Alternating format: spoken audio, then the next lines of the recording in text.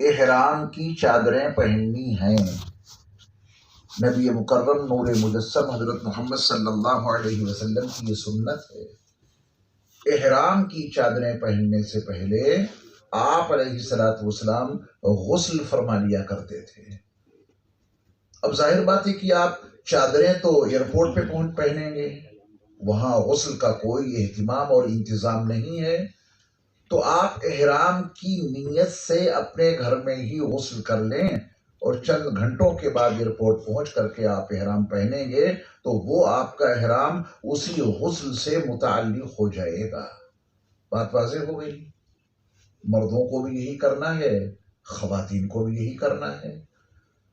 غسل سے فارغ ہو کر اپنے گھر میں اپنا لباس جو پہنے، نکلنے سے قبل 2 رکعت نماز صلاۃ التوبہ کی نیت سے ضرور پڑھ لیں۔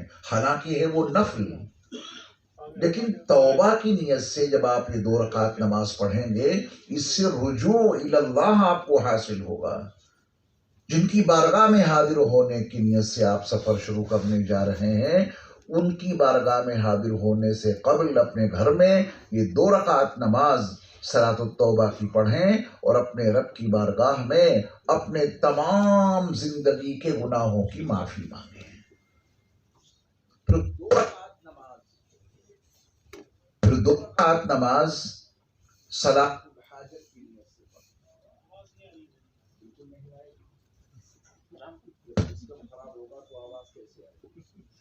آپ کو کہنا چاہیے کہ مائی خراب ہو گیا۔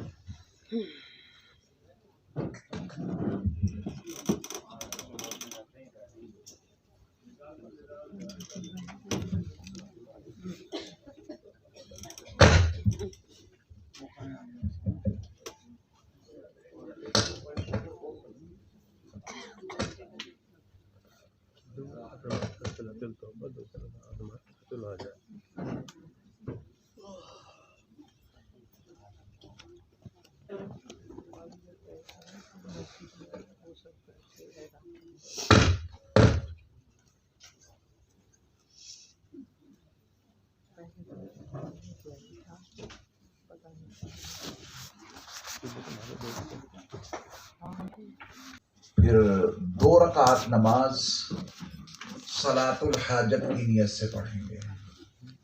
سفر بڑا طویل ہے، ضروریات اور حاجتیں بہت زیادہ ہیں، ان تمام ضروریات کی تکمیل کے لیے اپنے رب کی بارگاہ میں 2 رکعت نماز پڑھ کر دعا مانگیں کہ یا اللہ میرے اس سفر کی تمام ضروریات، میرے اس سفر کی تمام حاجات آپ اپنی خصوصی توفیق سے پوری کرتے رہیے۔ غسل کر لیا آپ نے احرام پہننے کی نیت سے، پھر 2 رکعت نماز صلاۃ التوبہ آپ نے پڑھ لی، پھر 2 رکعت نماز صلاۃ الحاجت آپ نے پڑھ لی۔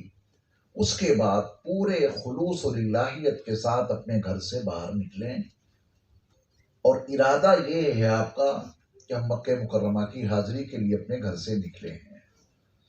دلی ایئرپورٹ پہ پہنچنے کے بعد جو وہاں کی قانونی کارروائی ہے اس سے فارغ ہو کر آپ کو جہاں نماز ادا کرنے کے 2 روم بنے ہوئے ہیں دلی ایئرپورٹ پہ، ایک مردوں کے لیے اور ایک عورتوں کے لیے، وضو کا بھی انتظام ہے وہاں، ایک ٹوٹی لگی ہوئی ہے، آپ کو بہت اونچائی پہ پیر نہیں اٹھانا پڑے گا واش بیسن میں، وہاں وضو خانہ بھی ہے۔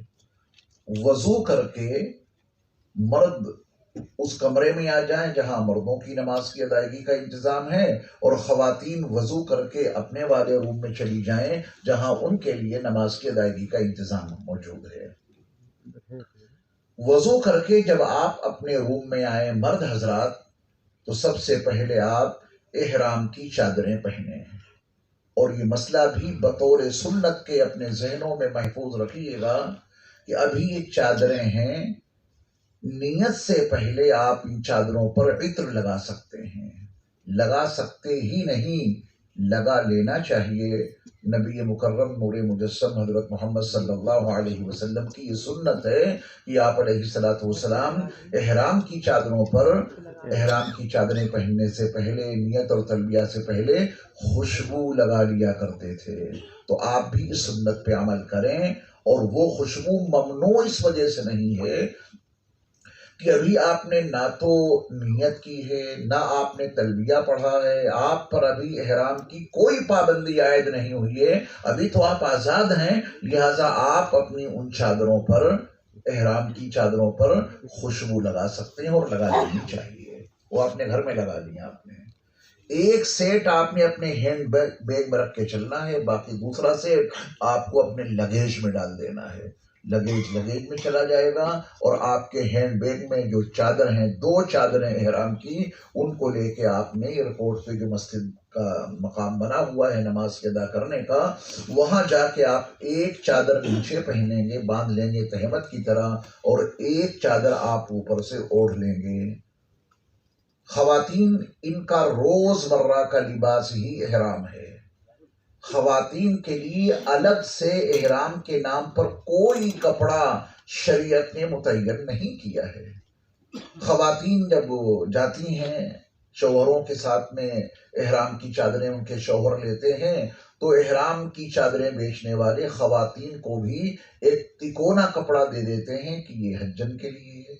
یاد رکھیے گا، وہ تکونا کپڑا صرف اس مقصد کے لیے ہوتا ہے کہ خواتین اپنے سر کے بالوں پہ اسے اس لیے باندھیں تاکہ دوپٹے کی رگڑ سے، نقاب کی رگڑ سے بال نہ ٹوٹیں۔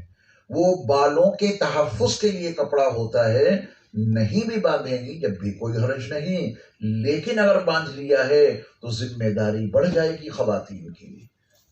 وضو کر کے جب اس کپڑے کو باندھیں گی، آئندہ جب کبھی وضو کرنا ہو تو اس کپڑے کو ہٹا کے سر کے بالوں پر مسح کرنا ضروری ہوگا۔ اگر کسی خاتون نے اس تکونے کپڑے کے بندھے رہنے کی حالت میں اس کے اوپر سے مسح کر لیا تو پھر ان کا مسح نہیں ہوگا۔ وضو کے 4 فرضوں میں سے سر کا مسح بھی فرض ہے۔ کپڑے کے اوپر اگر ہاتھ پھیرا ہے تو مسح نہیں ہوگا۔ مسح نہیں تو وضو نہیں، وضو نہیں تو نماز نہیں، مسح نہیں تو وضو نہیں، وضو نہیں تو طواف نہیں، کیونکہ طواف کے لیے بھی وضو لازم ہوتا ہے۔ تو خواتین اس مسئلے کو بہت توجہ سے سنیں بھی اور اپنے ذہنوں میں محفوظ رکھیں کہ آپ کا احرام کے عنوان سے الگ سے کوئی کپڑا نہیں ہے۔ آپ کا روز مرہ کا لباس ہی آپ کا احرام ہے۔ تکونا کپڑا اگر کوئی باندھتی ہیں خواتین تو وہ تکونا کپڑا احرام نہیں ہے، بلکہ وہ بالوں کے تحفظ کا کپڑا ہے۔ جب مسح کریں اس تکونے کپڑے کو ہٹا کر بالوں پر مسح کریں، پھر باندھ لیں۔ اگر کسی خاتون نے بالوں کے اوپر بندھے ہوئے کپڑے کے اوپر ہاتھ پھیر کے مسح کیا تو پھر ان کا مسح نہیں ہوگا۔ مسح نہیں تو پھر وضو نہیں، اور وضو نہیں تو کوئی عبادت وجود میں نہیں آ سکتی جس کے لیے وضو لازم ہو۔ یہ بڑا اہم اور ضروری مسئلہ تھا جو میں نے آپ کو بتایا۔ خواتین کی بڑی تعداد اس کپڑے کو احرام سمجھ کر اس وقت تک باندھے رہتی ہیں جب تک کہ حاجی صاحب کا احرام بندھا رہتا ہے، اور اسی دوران جتنے وضو کرتی ہیں ان سب میں مسح کپڑے کے اوپر کرتی ہیں۔ گئی تھی حج کرنے، نمازوں سے بھی ہاتھ دھو بیٹھی، اس لیے ایک جملہ یاد رکھیے گا، پوری زندگی آپ کے کام آئے گا: مسائل کے علم کے بغیر اعمال وجود میں نہیں آ سکتے۔ یاد رکھیں گے یہ، مسائل کے علم کے بغیر اعمال وجود میں نہیں آ سکتے۔ کوئی بھی عمل ہو، جب تک اس عمل کے مسائل نہیں معلوم ہوں گے اور اس عمل کو ان مسائل کی روشنی میں نہیں کیا جائے گا، تب تک وہ عمل وجود میں ہی نہیں آ سکتا۔ اور جب کوئی عمل وجود میں نہیں آئے گا تو پھر اللہ کی بارگاہ میں مقبول کیسے ہوگا؟ اس لیے کسی بھی عمل کو کرنے سے پہلے اس کے مسائل کا سیکھنا ضروری ہے۔ علماء نے لکھا ہے کہ تمام عبادات میں، جملہ عبادات میں، جتنے عبادتیں ہیں ان تمام عبادات میں سب سے زیادہ مسائل حج والی عبادت میں ہیں۔ آپ یقین جاننا اتنے مسائل کسی عبادت میں نہیں ہیں جتنے حج والی عبادت میں مسائل ہیں. اسی وجہ سے آپ کو زحمت دی گئی کہ اتنا عظیم فریضہ آپ کو ادا کرنا ہے جس میں تمام عبادات کے بالمقابل سب سے زیادہ مسائل ہیں. تو آپ اس حج کو سیکھ کر جائیں. آپ کو کبھی بلایا گیا کہ نماز پڑھنے کا طریقہ سیکھیے؟ کہیں آپ کو جمع کیا گیا کہ روزے رکھنے کے مسائل سیکھیے؟ کبھی آپ کے پاس کوئی دعوت نامہ پہنچا کہ آئیے زکوٰۃ کے مسائل سیکھیے؟ وہ آپ اپنی اپنی مسجدوں میں امام سے معلوم کر لیتے ہیں، ائمہ کرام سے، اور آپ کے مسئلے حل ہوتے رہتے ہیں. حج کے لیے کیوں جمع کیا جاتا ہے؟ کیونکہ مقام نیا ہے، عبادت بڑی اہم ہے، زندگی میں ایک مرتبہ فرض ہے. کچھ گڑبڑی ہو جائے تو دوبارہ جانا بڑا مشکل ہے. اس لیے پہلی بار جا کر اور حج والے عمل کو، حج والی عبادت کو مسائل کی روشنی میں کریں تاکہ یہ عبادت وجود میں آ جائے. اور جب عمل وجود میں آ جاتا ہے تو ہمارے رب کریم اسے قبول فرما ہی لیتے ہیں. تو آپ کو یہ سفر مسائل کی روشنی میں کرنا ہے. دلی ایئرپورٹ پر پہنچنے کے بعد مردوں نے نیچے ایک چادر پہنی، پھر اس کے نیچے کوئی لباس نہیں. اوپر ایک چادر اوڑھی، پھر اس کے نیچے کوئی لباس نہیں. بس ان دو چادروں کو پہن اوڑھ کر اللہ کی بارگاہ میں حاضر ہونا ہے. دلی ایئرپورٹ پہ ایک بڑا اہم کام آپ کو جو کرنا ہے وہ سن لیں. چادریں پہننے کے بعد 2 رکعت نماز آپ کو یہیں دلی ایئرپورٹ پہ نفل احرام کی نیت سے پڑھنی ہے. گھر میں آپ نے غسل کر لیا تھا احرام کی چادریں پہننے کی نیت سے، وہ غسل آپ کا کافی ہو گیا. 2 رکعت نماز صلاۃ التوبہ اور 2 رکعت نماز صلاۃ الحاجت آپ نے گھر پہ پڑھ لی. دلی ایئرپورٹ پہ باوضو ہو کر آپ نے احرام کی چادریں پہنی. اب یہ جو احرام کی چادریں پہنی ہیں اس کے لیے بھی 2 رکعت نماز نفل آپ کو ادا کرنی ہے. اور ابھی چونکہ آپ پر احرام کی کوئی پابندی عائد نہیں ہوئی ہے اس لیے آپ یہ 2 رکعت نماز سر ڈھانپ کے پڑھیے گا. کیا دقت ہے؟ ٹوپی لگا لیں. جو چادر آپ نے اوڑھ رکھی ہے اسی چادر سے آپ اپنے سر کو ڈھانک لیں. ابھی آپ محرم نہیں ہوئے، ابھی آپ نے احرام نہیں پہنا، یہ تو چادریں ہیں.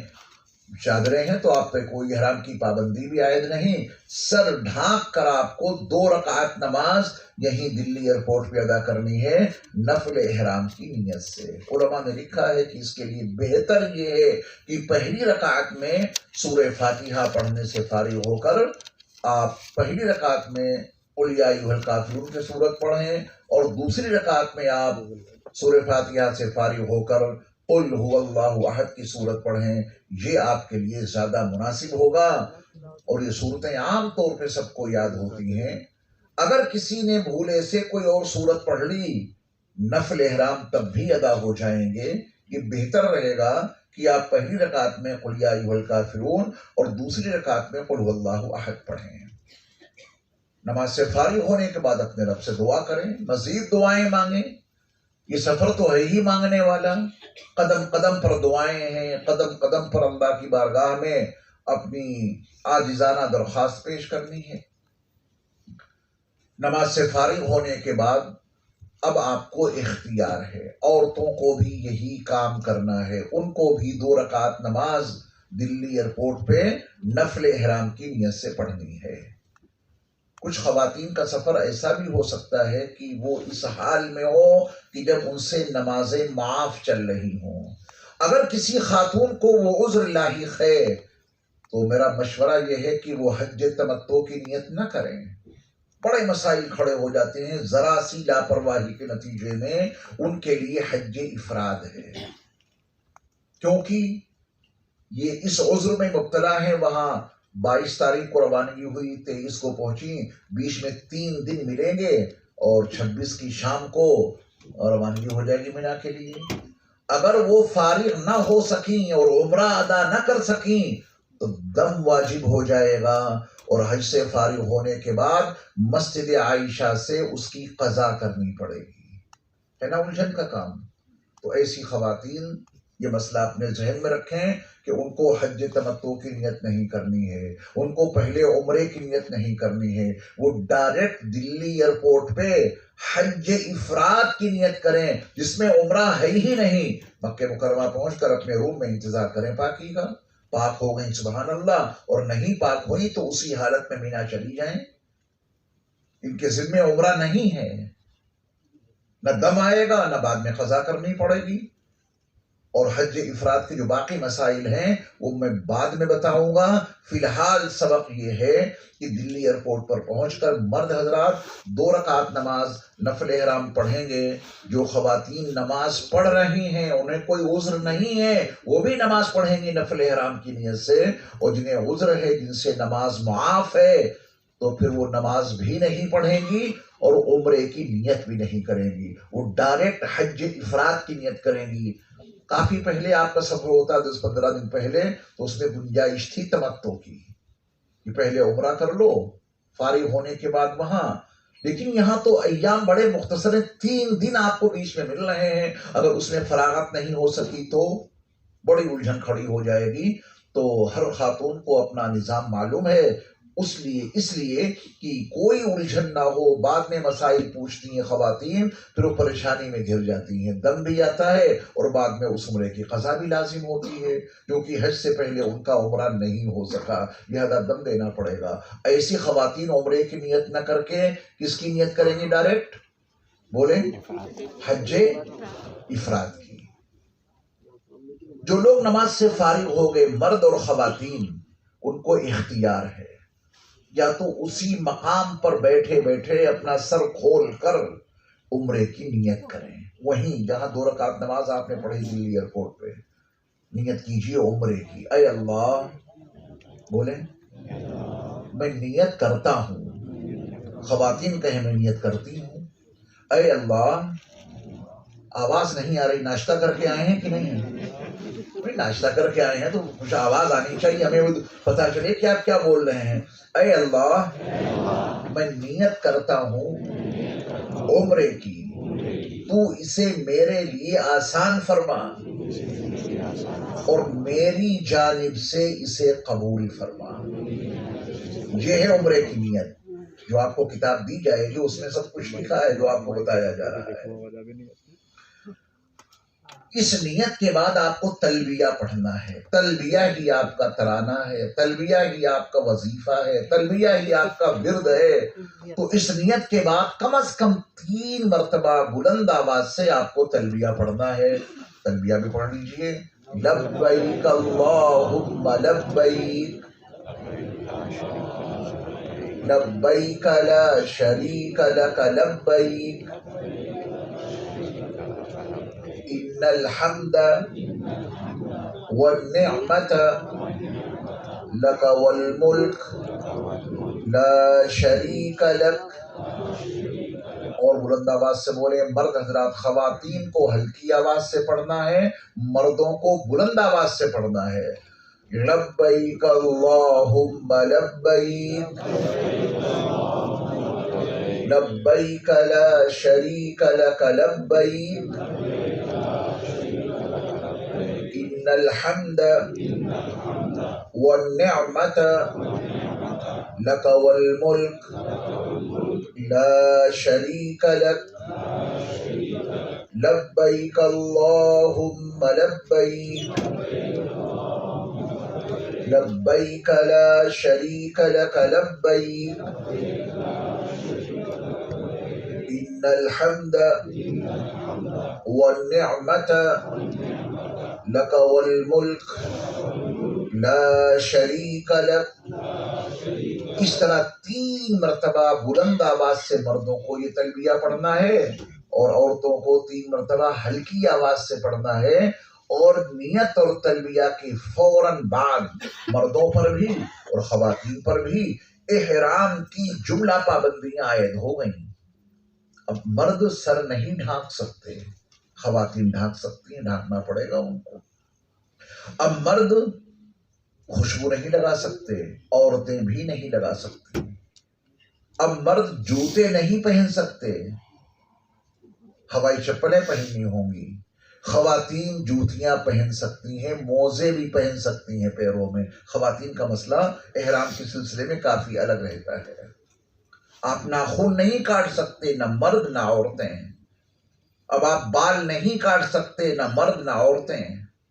بالوں میں کنگھا نہیں کر سکتے، نہ مرد نہ عورتیں۔ اس طرح کی پابندیاں عائد ہو جائیں گی نیت اور تلبیہ کے بعد۔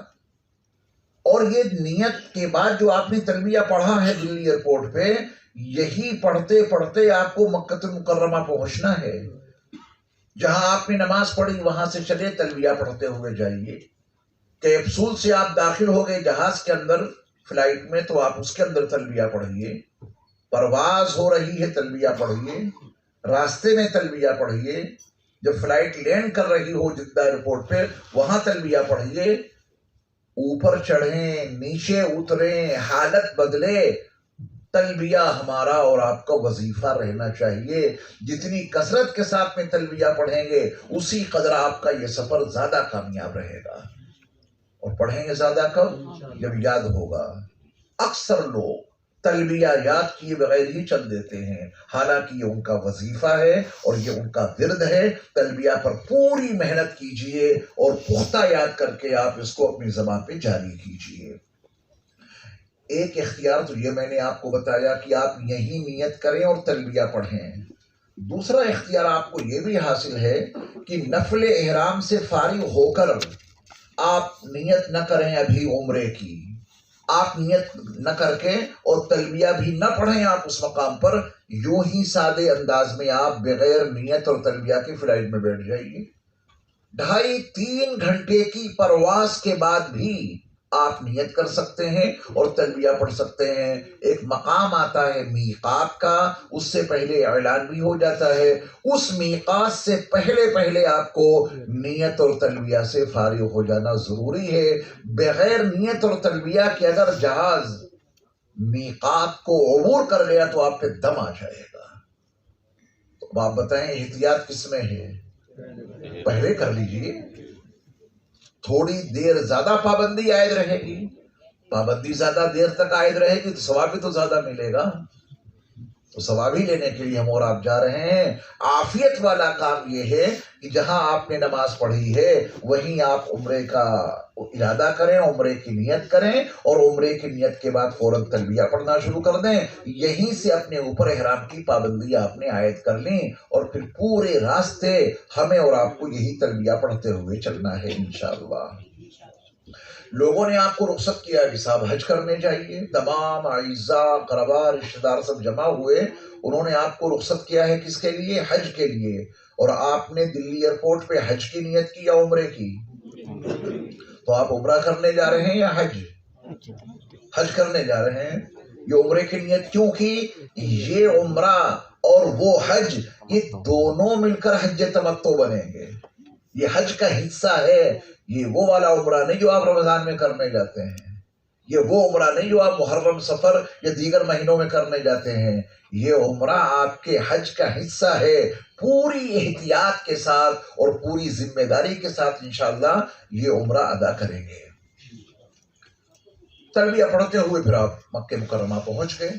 میں نے عرض کیا کہ وقت کی قلت کے پیش نظر ہم وسائل پر گفتگو نہیں کریں گے، صرف مسائل پر۔ اپنے روم میں پہنچ کے سامان رکھ کر یقیناً تھک گئے ہوں گے، کافی لمبا سفر کیا ہے آپ نے، تو شریعت یہ مطالبہ نہیں کرتی ہے کہ مکہ مکرمہ پہنچ کر فوراً نکلو عمرہ کرنے کے لیے، یہ مطالبہ نہیں ہے۔ آپ روم میں جائیے اور آرام کیجیے، ناشتہ کیجیے، کھانے کا وقت ہے کھانا کھا لیجیے۔ یہ مطالبہ ہے ہی نہیں کہ فوراً جاؤ عمرہ ادا کرو۔ حشاش بشاش ہو جائیں، آپ مستعد ہو جائیں، تھکاوٹ دور ہو جائے، پھر آپ تیاری کیجئے اپنے روم سے نکل کر حرم محترم میں جا کر مسجد الحرام میں جا کر بیت اللہ کا طواف کرنے کا ارادہ کیجئے۔ وضو کر لیجئے، 7 دانوں کی تسبیح لے لیجئے، چپلیں رکھنے کا وہ تھیلا ضرور لے لیجیے گا جس میں آپ اپنی چپلوں کو ڈال کے اپنی پشت پر اس کو رکھیں گے، کیونکہ چپل جہاں آپ اتاریں گے وہاں واپس آنا ہی مشکل، اور جہاں چپلیں آپ نے رکھی دوبارہ ان کا ملنا بھی تقریباً ناممکن۔ اس لیے اپنے ساتھ میں وہ چھوٹا سا تھیلا ضرور رکھیے گا جس میں اپنی چپلوں کو مسجد الحرام میں داخل ہونے سے پہلے آپ ڈال لیں۔ تھیلا آپ نے لے لیا، 7 دانوں کی تسبیح لے لی آپ نے، دعاؤں کی کتاب لے لی، فولڈر لے لیا آپ نے، آسان عمرہ کرنے کا آسان طریقہ، یہ ضروری چیزیں آپ نے لے لی، اور وضو کر کے اپنی بلڈنگ سے، اپنے روم سے آپ جب چلیں تو اس بلڈنگ کا جو کارڈ ہے، ایڈریس کارڈ، وہ ضرور لے لیجئے گا تاکہ واپسی میں آپ کو کسی دقت کا سامنا نہ کرنا پڑے۔ اب آپ پہنچ گئے ہیں مسجد الحرام تک۔ آپ مسجد الحرام کا خاکہ سامنے دیکھیں، اس میں الگ الگ گیٹ ہیں۔ کدھر سے آپ پہنچیں گے؟ کوئی بھی گیٹ سامنے ہو، آپ یہ دیکھیں، یہ باب عبدالعزیز ہے۔ یہ کون سا گیٹ ہے؟ باب عبدالعزیز ہے۔ یہ باب فہد ہے، یہ باب العمرہ ہے، یہ باب الفتح ہے، یہ باب الصفا ہے، اور بھی چھوٹے چھوٹے گیٹ بہت سارے ہیں۔ تو جب آپ کا جہاں قیام ہو، ہر ایک کا قیام الگ الگ سمتوں میں ہوگا، تو جدھر بھی آپ کا قیام ہو آپ وہاں سے چل کر جب یہاں پہنچیں، مثال کے طور پہ یہ گیٹ بہت مشہور ہے باب عبدالعزیز، یہ گیٹ نمبر 1 کہلاتا ہے۔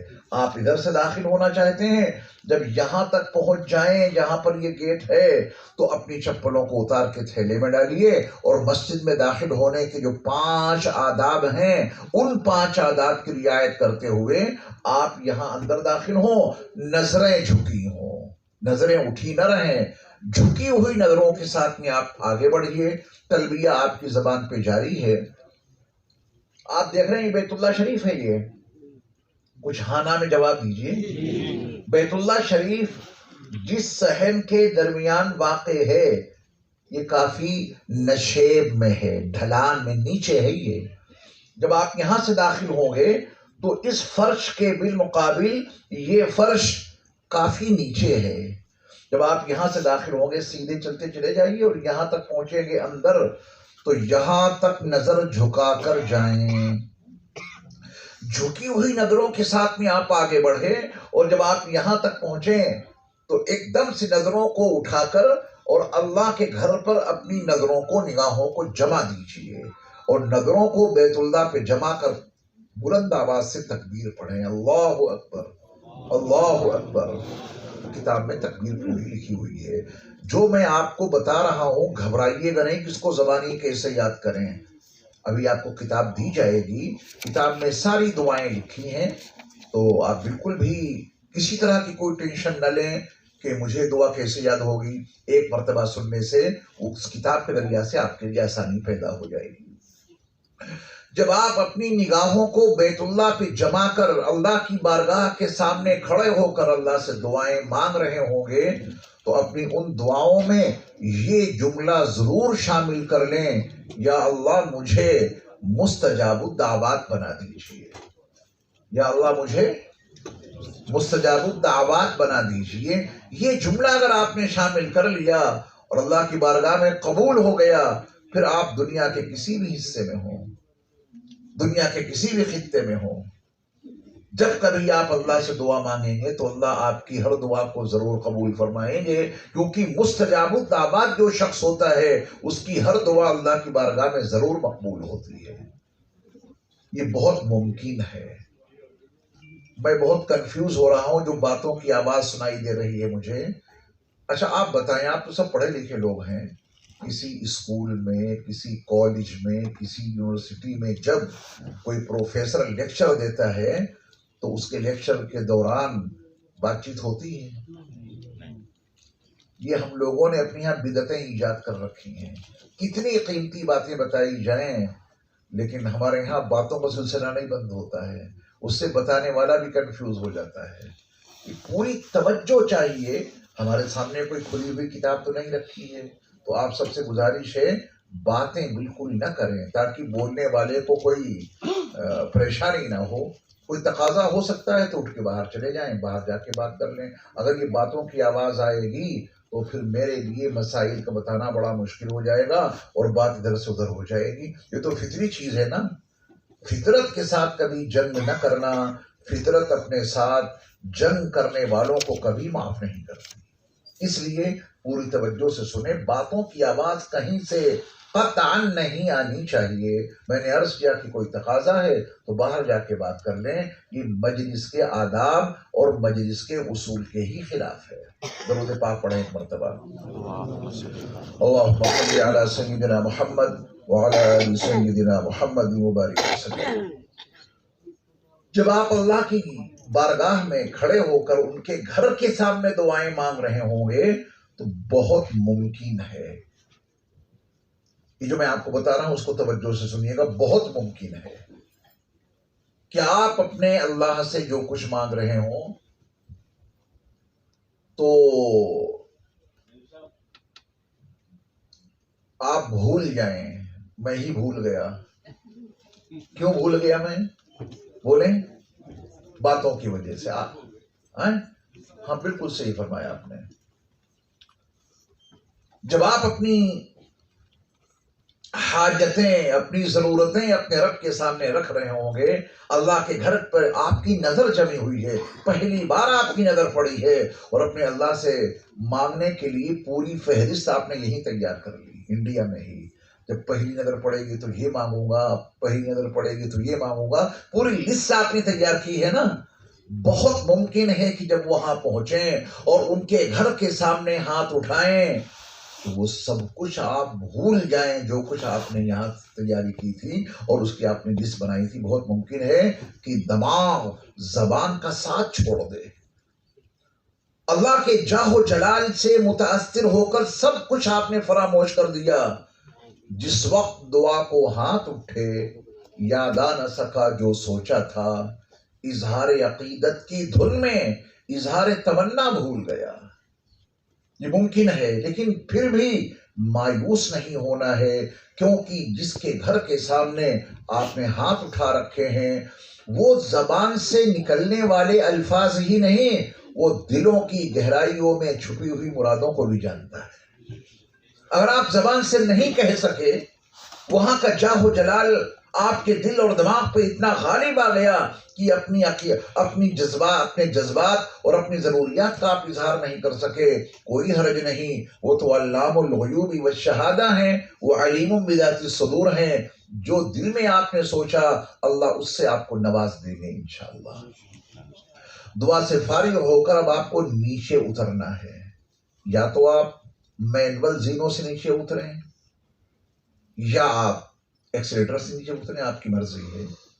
اب صحن میں نیچے اترنے کے بعد آپ کو ابھی تلبیہ جاری ہے، آپ کا تلبیہ بھی بند نہیں ہوا ہے۔ دلی ایئرپورٹ سے جو تلبیہ آپ نے پڑھنا شروع کیا وہ ابھی بھی جاری ہے۔ تلبیہ پڑھتے ہوئے آپ زینے سے نیچے اتریں، صحن میں آپ پہنچ جائیں۔ دیکھیں یہ صحن ہے، یہ اندر والا۔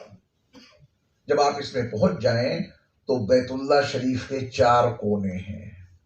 بیت اللہ شریف کے کتنے کونے ہیں؟ آپ کو محسوس بھی ہو رہا ہے، آپ کو تلاش ہے اس کونے کی جس کے سامنے سے آپ کے طواف کا آغاز ہوگا۔ یہ نہیں کہ چاہے جہاں سے آپ طواف شروع کر دیں، صحن میں اتر کے چاہے جہاں سے شروع کریں اور چاہے جہاں ختم کر دیں، نہیں۔ بیت اللہ کے جو 4 کونے ہیں ان میں سے ایک کونا ہے، اس کا نام ہے رکن حجر اسود۔ بس اسی کونے کے سامنے سے طواف شروع ہوگا اور اسی کونے کے سامنے آپ کا چکر پورا ہوگا، اسی کونے کے سامنے آپ کا طواف مکمل ہوگا۔ جس کونے کے سامنے سے طواف شروع ہوتا ہے اور جس کونے پر طواف مکمل ہوتا ہے اس کونے کا نام کیا ہے؟ رکن حجر اسود۔ اس کے بعد جو کونا آئے گا اس کا نام ہے رکن عراقی، اس کے بعد جو کونا آئے گا اس کا نام ہے رکن شامی، اس کے بعد جو کونا آئے گا اس کا نام ہے رکن یمانی۔ یہ 4 کونوں کے نام الگ الگ ہیں۔ رکن عراقی سے ہی وہ گول دیوار شروع ہو جاتی ہے اور رکن شامی پہ جا کے منتہی ہوتی ہے۔ اس گول دیوار کے جو اندر کا حصہ ہے وہ حتیم کہلاتا ہے، وہ بھی آپ کو ہم دکھائیں گے اور سمجھائیں گے انشاءاللہ۔ صحن میں اترنے کے بعد آپ کو کس کونے کی تلاش ہے؟ رکن حجر اسود کی۔ اس کے پہچاننے کے متعدد طریقے ہیں، سب سے آسان طریقہ یہ ہے، اس کونے کے سامنے اس کے بالمقابل گرین لائٹ جل رہی ہوگی، اپنی پشت اپنی پیٹھ اس گرین لائٹ کی طرف کر دیں تو آپ کا چہرہ حجر اسود کے کونے کے سامنے یقیناً ہو جائے گا۔ ایک آسان سی ترکیب حجر اسود والے کونے کو پہچاننے کے لیے۔ دوسرا آسان طریقہ یہ ہے کہ یہ کونا بیت اللہ شریف کے دروازے سے بالکل قریب ہے۔ جو کونا بیت اللہ کے دروازے سے بالکل قریب ہو وہی کونا ہے رکن حجر اسود، اور اسی کے سامنے سے طواف شروع ہوتا ہے۔ ایک پہچان یہ بھی ہے کہ جدھر ایک مینار دکھائی دے، باب الصفا کا ایک مینار تقریباً کا لفظ یاد رکھیے گا، تقریباً ادھر ہی حجر اسود کا کونا ہے۔ آپ دیکھیں یہ آپ کو جتنے مینار نظر آ رہے ہیں، یہ 2 مینار ہیں، یہ بھی 2 ہیں، یہ بھی 2 ہیں، یہ بھی 2 ہیں، یہ باب عبداللہ ہے، اس پر بھی 2 مینار بنے ہوئے ہیں، یہ سنگل ہے مینار۔ اور یہ صفا پہاڑی جو اتنا گول دائرہ آپ دیکھ رہے ہیں یہ کیا ہے؟ اس کے نیچے صفا پہاڑی ہے، یہ باب الصفا کہلاتا ہے جہاں پہ ایک مینار ہے۔ اور اس کی طرف یہ والا جو کونا ہے، یہ والا یہی کونا ہے رکن حجر اسود جو اس مینار کے سامنے ہے تقریباً۔ اس کے ذریعہ سے بھی آپ پہچان سکتے ہیں کہ ہمیں رکن حجر اسود کے سامنے جانے کے لیے تیاری کرنی ہے۔ صحن کعبہ میں اتر کر تلبیہ پڑھتے ہوئے آپ آگے بڑھے، حجر اسود کا کونا آنے والا ہے، اور حجر اسود کا کونا میں نے یہ والا بتایا ہے، یہ والا کونا۔ اس کے بعد یہ کونا رکن عراقی ہے، یہ کونا رکن شامی ہے، اور یہ والا کونا رکن یمانی ہے۔ ابھی اس کو ہم بڑا کر کے بھی دکھائیں گے، لیکن ابھی اسے بہت قریب آ چکا ہے۔ مردوں کو 3 کام کرنے ہیں، عورتوں کو 2 کام کرنے ہیں حجر اسود کے کونے کے سامنے پہنچنے سے پہلے۔ مردوں کا پہلا کام یہ ہے کہ اب وہ تلبیہ بند کر دیں۔ دوسرا کام یہ ہے کہ استباء کر لیں، یعنی اپنا داہنا کندھا کھول لیں۔ میں عملی طور پہ بھی کر کے دکھاؤں گا آپ کو۔ اوپر جو چادر اوڑھ رکھی ہے، داہنے ہاتھ کی طرف جو چادر ہے، اس چادر کو داہنے ہاتھ کی بغل کے نیچے سے نکال کر الٹے ہاتھ کے کندھے کے اوپر ڈال دینا ہے۔ اس کے نتیجے میں یہ پورا داہنا کندھا کھل جائے گا۔ اس کا نام ہے استباء کرنا۔ بعض لوگ دلی ایئرپورٹ سے استباء کر لیتے ہیں، ذوالحلیفہ سے استباء کر لیتے ہیں، یہ سب غلط ہے۔ صحیح سنت طریقہ یہ ہے کہ طواف شروع کرنے سے پہلے استباء کیا جائے، طواف شروع کرنے سے قبل کندھا کھولا جائے، اور 7 چکروں میں یہ کندھا کھلا رہے گا، درمیان میں ڈھاکیں گے نہیں، 7 چکروں میں کندھا کھول کر رکھیں گے۔ اور تیسرا کام ہے طواف کی نیت کرنا۔ یہ 3 کام مردوں کو کرنے ہیں حجر اسود کے کونے کے سامنے پہنچنے سے پہلے۔ بتائیں پہلا کام کیا ہے؟ تلبیہ بند۔ دلی ایئرپورٹ سے جو آپ نے تلبیہ پڑھنا شروع کیا تھا وہ کہاں بند ہوگا؟ حجر اسود کے کونے کے سامنے پہنچنے سے پہلے۔ دوسرا کام مردوں کو کیا کرنا ہے؟ استباء، یعنی کندھا کھولنا ہے مردوں کو۔ تیسرا کام کیا کرنا ہے؟ طواف کی نیت کرنا۔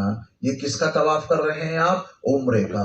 جس طرح نمازیں الگ الگ ہوتی ہیں، فجر نماز ہے لیکن الگ ہے، ظہر نماز ہے فجر سے الگ ہے، عصر نماز ہے مگر ظہر سے الگ ہے۔ جیسے نمازوں کی قسمیں الگ الگ ہیں، ایسے ہی طواف کی قسمیں بھی الگ الگ ہیں۔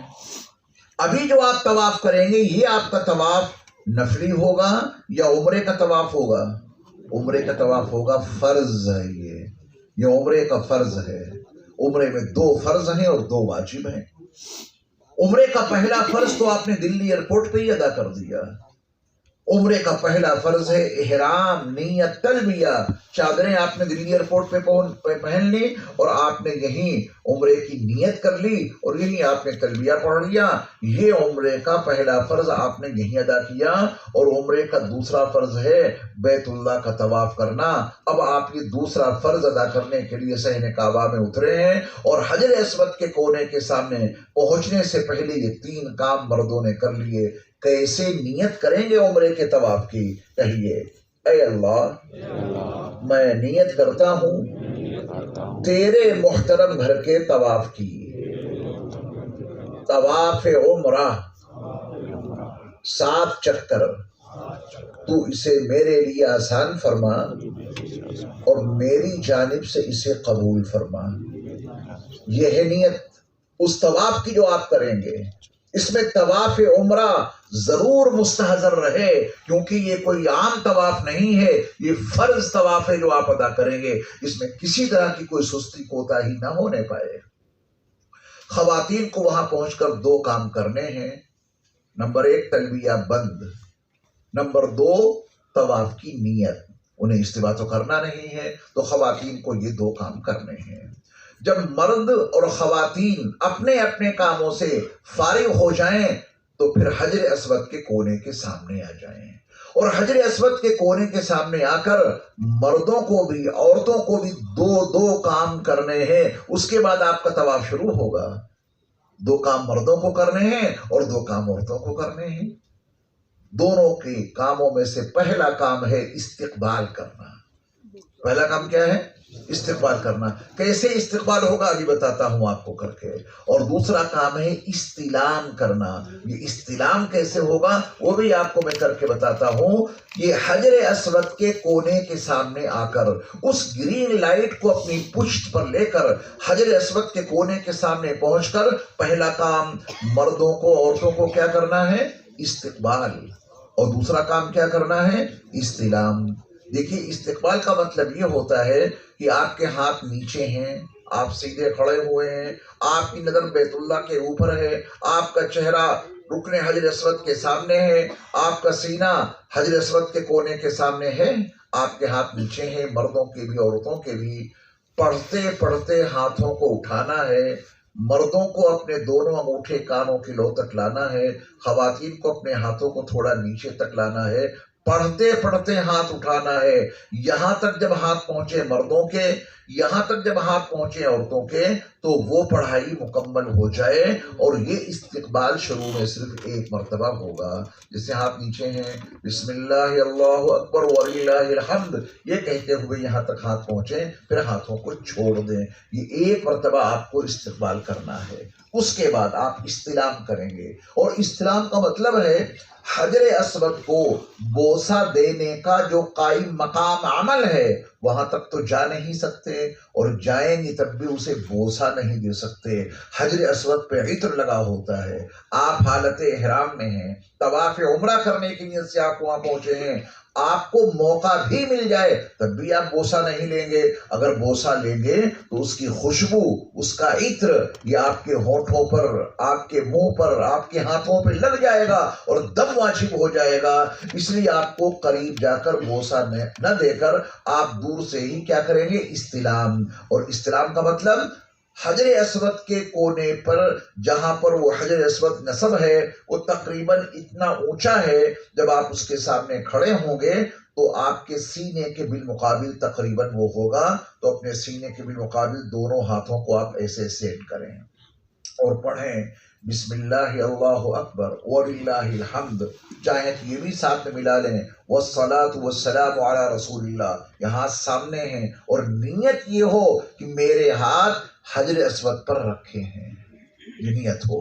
ہاتھوں کو آپ نے ایسے سیٹ کیا اور آپ نے پڑھا بسم اللہ اللہ اکبر وللہ الحمد والصلاۃ والسلام علی رسول اللہ۔ اس کے بعد آپ اپنے ہاتھوں کی ہتھیلیوں کو چوم لیں، یا آپ اب اپنے ہاتھوں کی ہتھیلیوں کو نہیں چوم رہے، حقیقت یہ ہے کہ آپ حجر اسود کو چوم رہے ہیں۔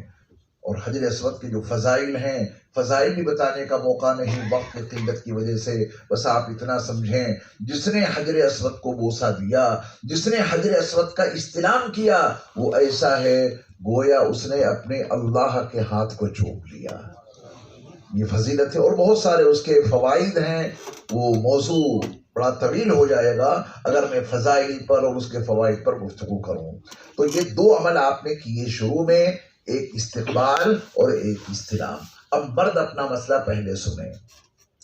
ہاف راؤنڈ گھوم جائیں، بیت اللہ کو الٹے ہاتھ پر لے لیں، اور مرد پہلے 3 چکروں میں رمل کریں گے۔ رمل کا مطلب سینہ تان کر، پیروں کے پنجوں پر زیادہ زور دیتے ہوئے، اپنے شانوں کو، اپنے کندھوں کو ہلاتے ہوئے، اپنی طاقت کا مظاہرہ جیسے لوگ کرتے ہیں، پہلوانوں جیسی چال چلنی ہے۔ یہ چال صرف وہیں چلی جا سکتی ہے، کائنات کے کسی حصے میں اکڑ کر چلنے کی اجازت نہیں ہے۔ وَلَا تَمْشِ فِي الْأَرْضِ مَرَحًا، انک لن تخرق الارض ولن تبلغ الجبال طولا، اے انسان زمین پہ اکڑ کے مت چل، تو اپنی اکڑ کے ذریعہ زمین کو پھاڑ نہیں سکتا اور اپنے سر کو اٹھا کے پہاڑوں کی بلندی کے اوپر نہیں جا سکتا۔ تو انسان ہے تو تواضع کے ساتھ اور عاجزی کے ساتھ میں چلا کر، لیکن میرے رب کو طواف کے پہلے 3 چکروں میں، عمرہ یا حج کے طواف کے پہلے 3 چکروں میں اکڑ کے چلنا اتنا پسند ہے کہ اللہ نے وہ قانون آپ کے لیے ختم کر دیا اور یہ کہا کہ جتنا اکڑ کر آج چلو گے، جتنا اکڑ کر اب چلو گے طواف عمرہ کے پہلے 3 چکروں میں، اللہ تمہیں اتنا ہی اپنا محبوب بندہ بنائے گا۔ اور یہ رمل کیوں رکھا گیا؟ طواف عمرہ کے پہلے 3 چکروں میں یہ اکڑ کی چال کیوں رکھی گئی؟ اس کی ایک مستقل ہسٹری ہے، اس کی مستقل ایک داستان ہے جو سنانے کا موقع نہیں۔ آپ کو جو کرنا ہے وہ اپنے ذہن میں رکھیے، مردوں کو کرنا ہے رمل، اکڑ کی چال صرف مردوں کو چلنی ہے، خواتین بالکل نارملی انداز میں چلیں گی جیسے کہ معتدل رفتار ہوتی ہے۔ چکر لگاتے ہوئے جب آپ پہنچے رکن یمانی کے سامنے تو آپ کے رب نے رکن یمانی پر 70 فرشتوں کو صرف اس لیے متعین کر رکھا ہے، میرے بندوں کی دعاؤں پہ فرشتوں تمہارا کام ہے آمین کہنا، میرے بندے جو دعا مانگیں تم اس پر آمین کہتے رہو، بندے دعا مانگیں گے فرشتوں تم آمین کہو گے تو میں اپنے ان بندوں کی دعاؤں کو قبول کر لوں گا۔ رکن یمانی سے آپ یہ دعا پڑھنی شروع کریں، ربنا آتنا فی الدنیا حسنہ وفی الآخرۃ حسنہ وقنا عذاب النار وادخلنا الجنۃ مع الابرار یا عزیز یا غفار یا رب العالمین۔ یہ دعا بھی کتاب میں لکھی ہے، اس کو بھی یاد کرنے کی کوشش کیجیے گا۔ اب آپ پہنچ چکے ہیں حجر اسود کے کونے کے سامنے، جب وہاں پہنچے ہیں تو اللہ کے ہاتھ کو چومے بغیر آگے مت بڑھنا۔ بعض لوگ اس میں بڑی کاہلی کرتے ہیں کہ صاحب بہت دور ہیں، استلام کیے بغیر ہی گزر جاتے ہیں رکن حجر اسود کے سامنے سے۔ آپ یہ غلطی ہرگز نہ کیجیے گا۔ جب آپ چکر لگا کر پہنچیں رکن حجر اسود کے سامنے تو پھر آپ کھڑے ہو جائیں، اپنے ہاتھوں کو ایسے سیٹ کریں اور پھر وہی پڑھیں، بسم اللہ اللہ اکبر وللہ الحمد والصلاة والسلام علی رسول اللہ، اور پھر اپنے ہاتھوں کو چومیں اور دوسرے چکر کو بھی اکڑ کے ساتھ چل کے پورا کریں۔ یہی حال تیسرے چکر کا ہوگا۔ جب آپ کے پہلے 3 چکر مکمل ہو جائیں رمل کے ساتھ، اکڑ والی چال کے ساتھ، تو پھر آپ چوتھے چکر سے اپنی رفتار کو معتدل کر دیں، نارملی رفتار کے ساتھ میں۔ اس طرح آپ کے 7 چکر جب مکمل ہوں گے، شروع میں آپ نے 1 مرتبہ استلام کیا شروع میں، اور استلام بھی کیا اس کے بعد، پھر ہر چکر کے مکمل ہونے پر آپ نے استلام کیا، تو ایک طواف میں آپ کے 8 استلام ہو جائیں گے۔ ایک طواف میں کتنے استلام ہو جائیں گے؟ 8، یعنی 8 مرتبہ آپ کو ایک طواف میں 8 مرتبہ اپنے اللہ کا ہاتھ چومنے کا، بوسہ دینے کا موقع مل گیا آپ کو۔ یہ آپ کے لیے بڑی سعادت کی بات ہوگی۔ طواف مکمل کرنے کے بعد توجہ دیجیے گا، طواف مکمل کرنے کے بعد آپ کو 2 رکعت نماز واجب الطواف پڑھنی ہے، اور یہ نماز بے حد ضروری ہے، اس کو آپ ترک نہیں کر سکتے۔ ہر طواف کے بعد، کوئی سا بھی طواف کریں، ہر طواف کے بعد 2 رکعت نماز لازم ہوتی ہے۔ جب آپ عمرے سے طواف سے فارغ ہو جائیں 2 رکعت نماز پڑھیں گے، کندھا ڈھانپ لیجیے گا۔ کندھا کھولنے کا تعلق، استوا کا تعلق طواف سے ہے۔ طواف پورا ہو گیا، اب کندھا ڈھانپ لیجیے، استوا ختم کر دیجیے اور 2 رکعت نماز پڑھیے۔ سر نہیں ڈھانپ سکتے کیونکہ آپ پر احرام کی پابندیاں عائد ہیں۔ سر پہلے بھی کھلا تھا، اب بھی کھلا رہے گا۔ کندھا آپ نے طواف کے لیے کھولا تھا نا، طواف پورا ہو گیا، آپ کندھا ڈھانپ لیجیے اور 2 رکعت نماز پڑھیے۔ بہتر ہے مقام ابراہیم کے پاس جگہ مل جائے، ابھی آپ کو دکھاتا ہوں مقام ابراہیم، اور اگر وہاں جگہ نہ ملے تو پھر جہاں جگہ ملے وہاں نماز پڑھیے گا، 2 رکعت نماز۔ اور اس میں آپ کے لیے بہت بہتر اور مناسب ہوگا کہ آپ پہلی رکعت میں سورہ فاتحہ کے بعد قل یا ایھا الکافرون پڑھیں پوری سورت، اور دوسری رکعت میں سورہ فاتحہ کے بعد قل ھو اللہ احد کی سورت پڑھیں، یہ آپ کے لیے بہت مناسب ہوگا۔ نماز سے فارغ ہونے کے بعد مقام ابراہیم کی دعا، ملتزم کی دعا، وہ سب کتاب میں لکھی ہے، اس کا ترجمہ بھی لکھا ہے، اس سے فارغ ہو کر پھر زمزم پیجیے گا، جہاں ملے وہاں پیجیے گا۔ اور زمزم سے فارغ ہو کر اب آپ کو اپنے عمرے کے 2 واجب ادا کرنے ہیں۔ 2 فرض تو ادا ہو گئے، عمرے میں 2 فرض ہیں اور 2 واجب ہیں۔ 2 فرض ادا ہو گئے۔ پہلا فرض احرام نیت تلبیہ، وہ دلی ایئرپورٹ پہ آپ کا پورا ہو گیا تھا، اور دوسرا فرض تھا طواف کرنا، وہ بھی الحمدللہ پورا ہو گیا۔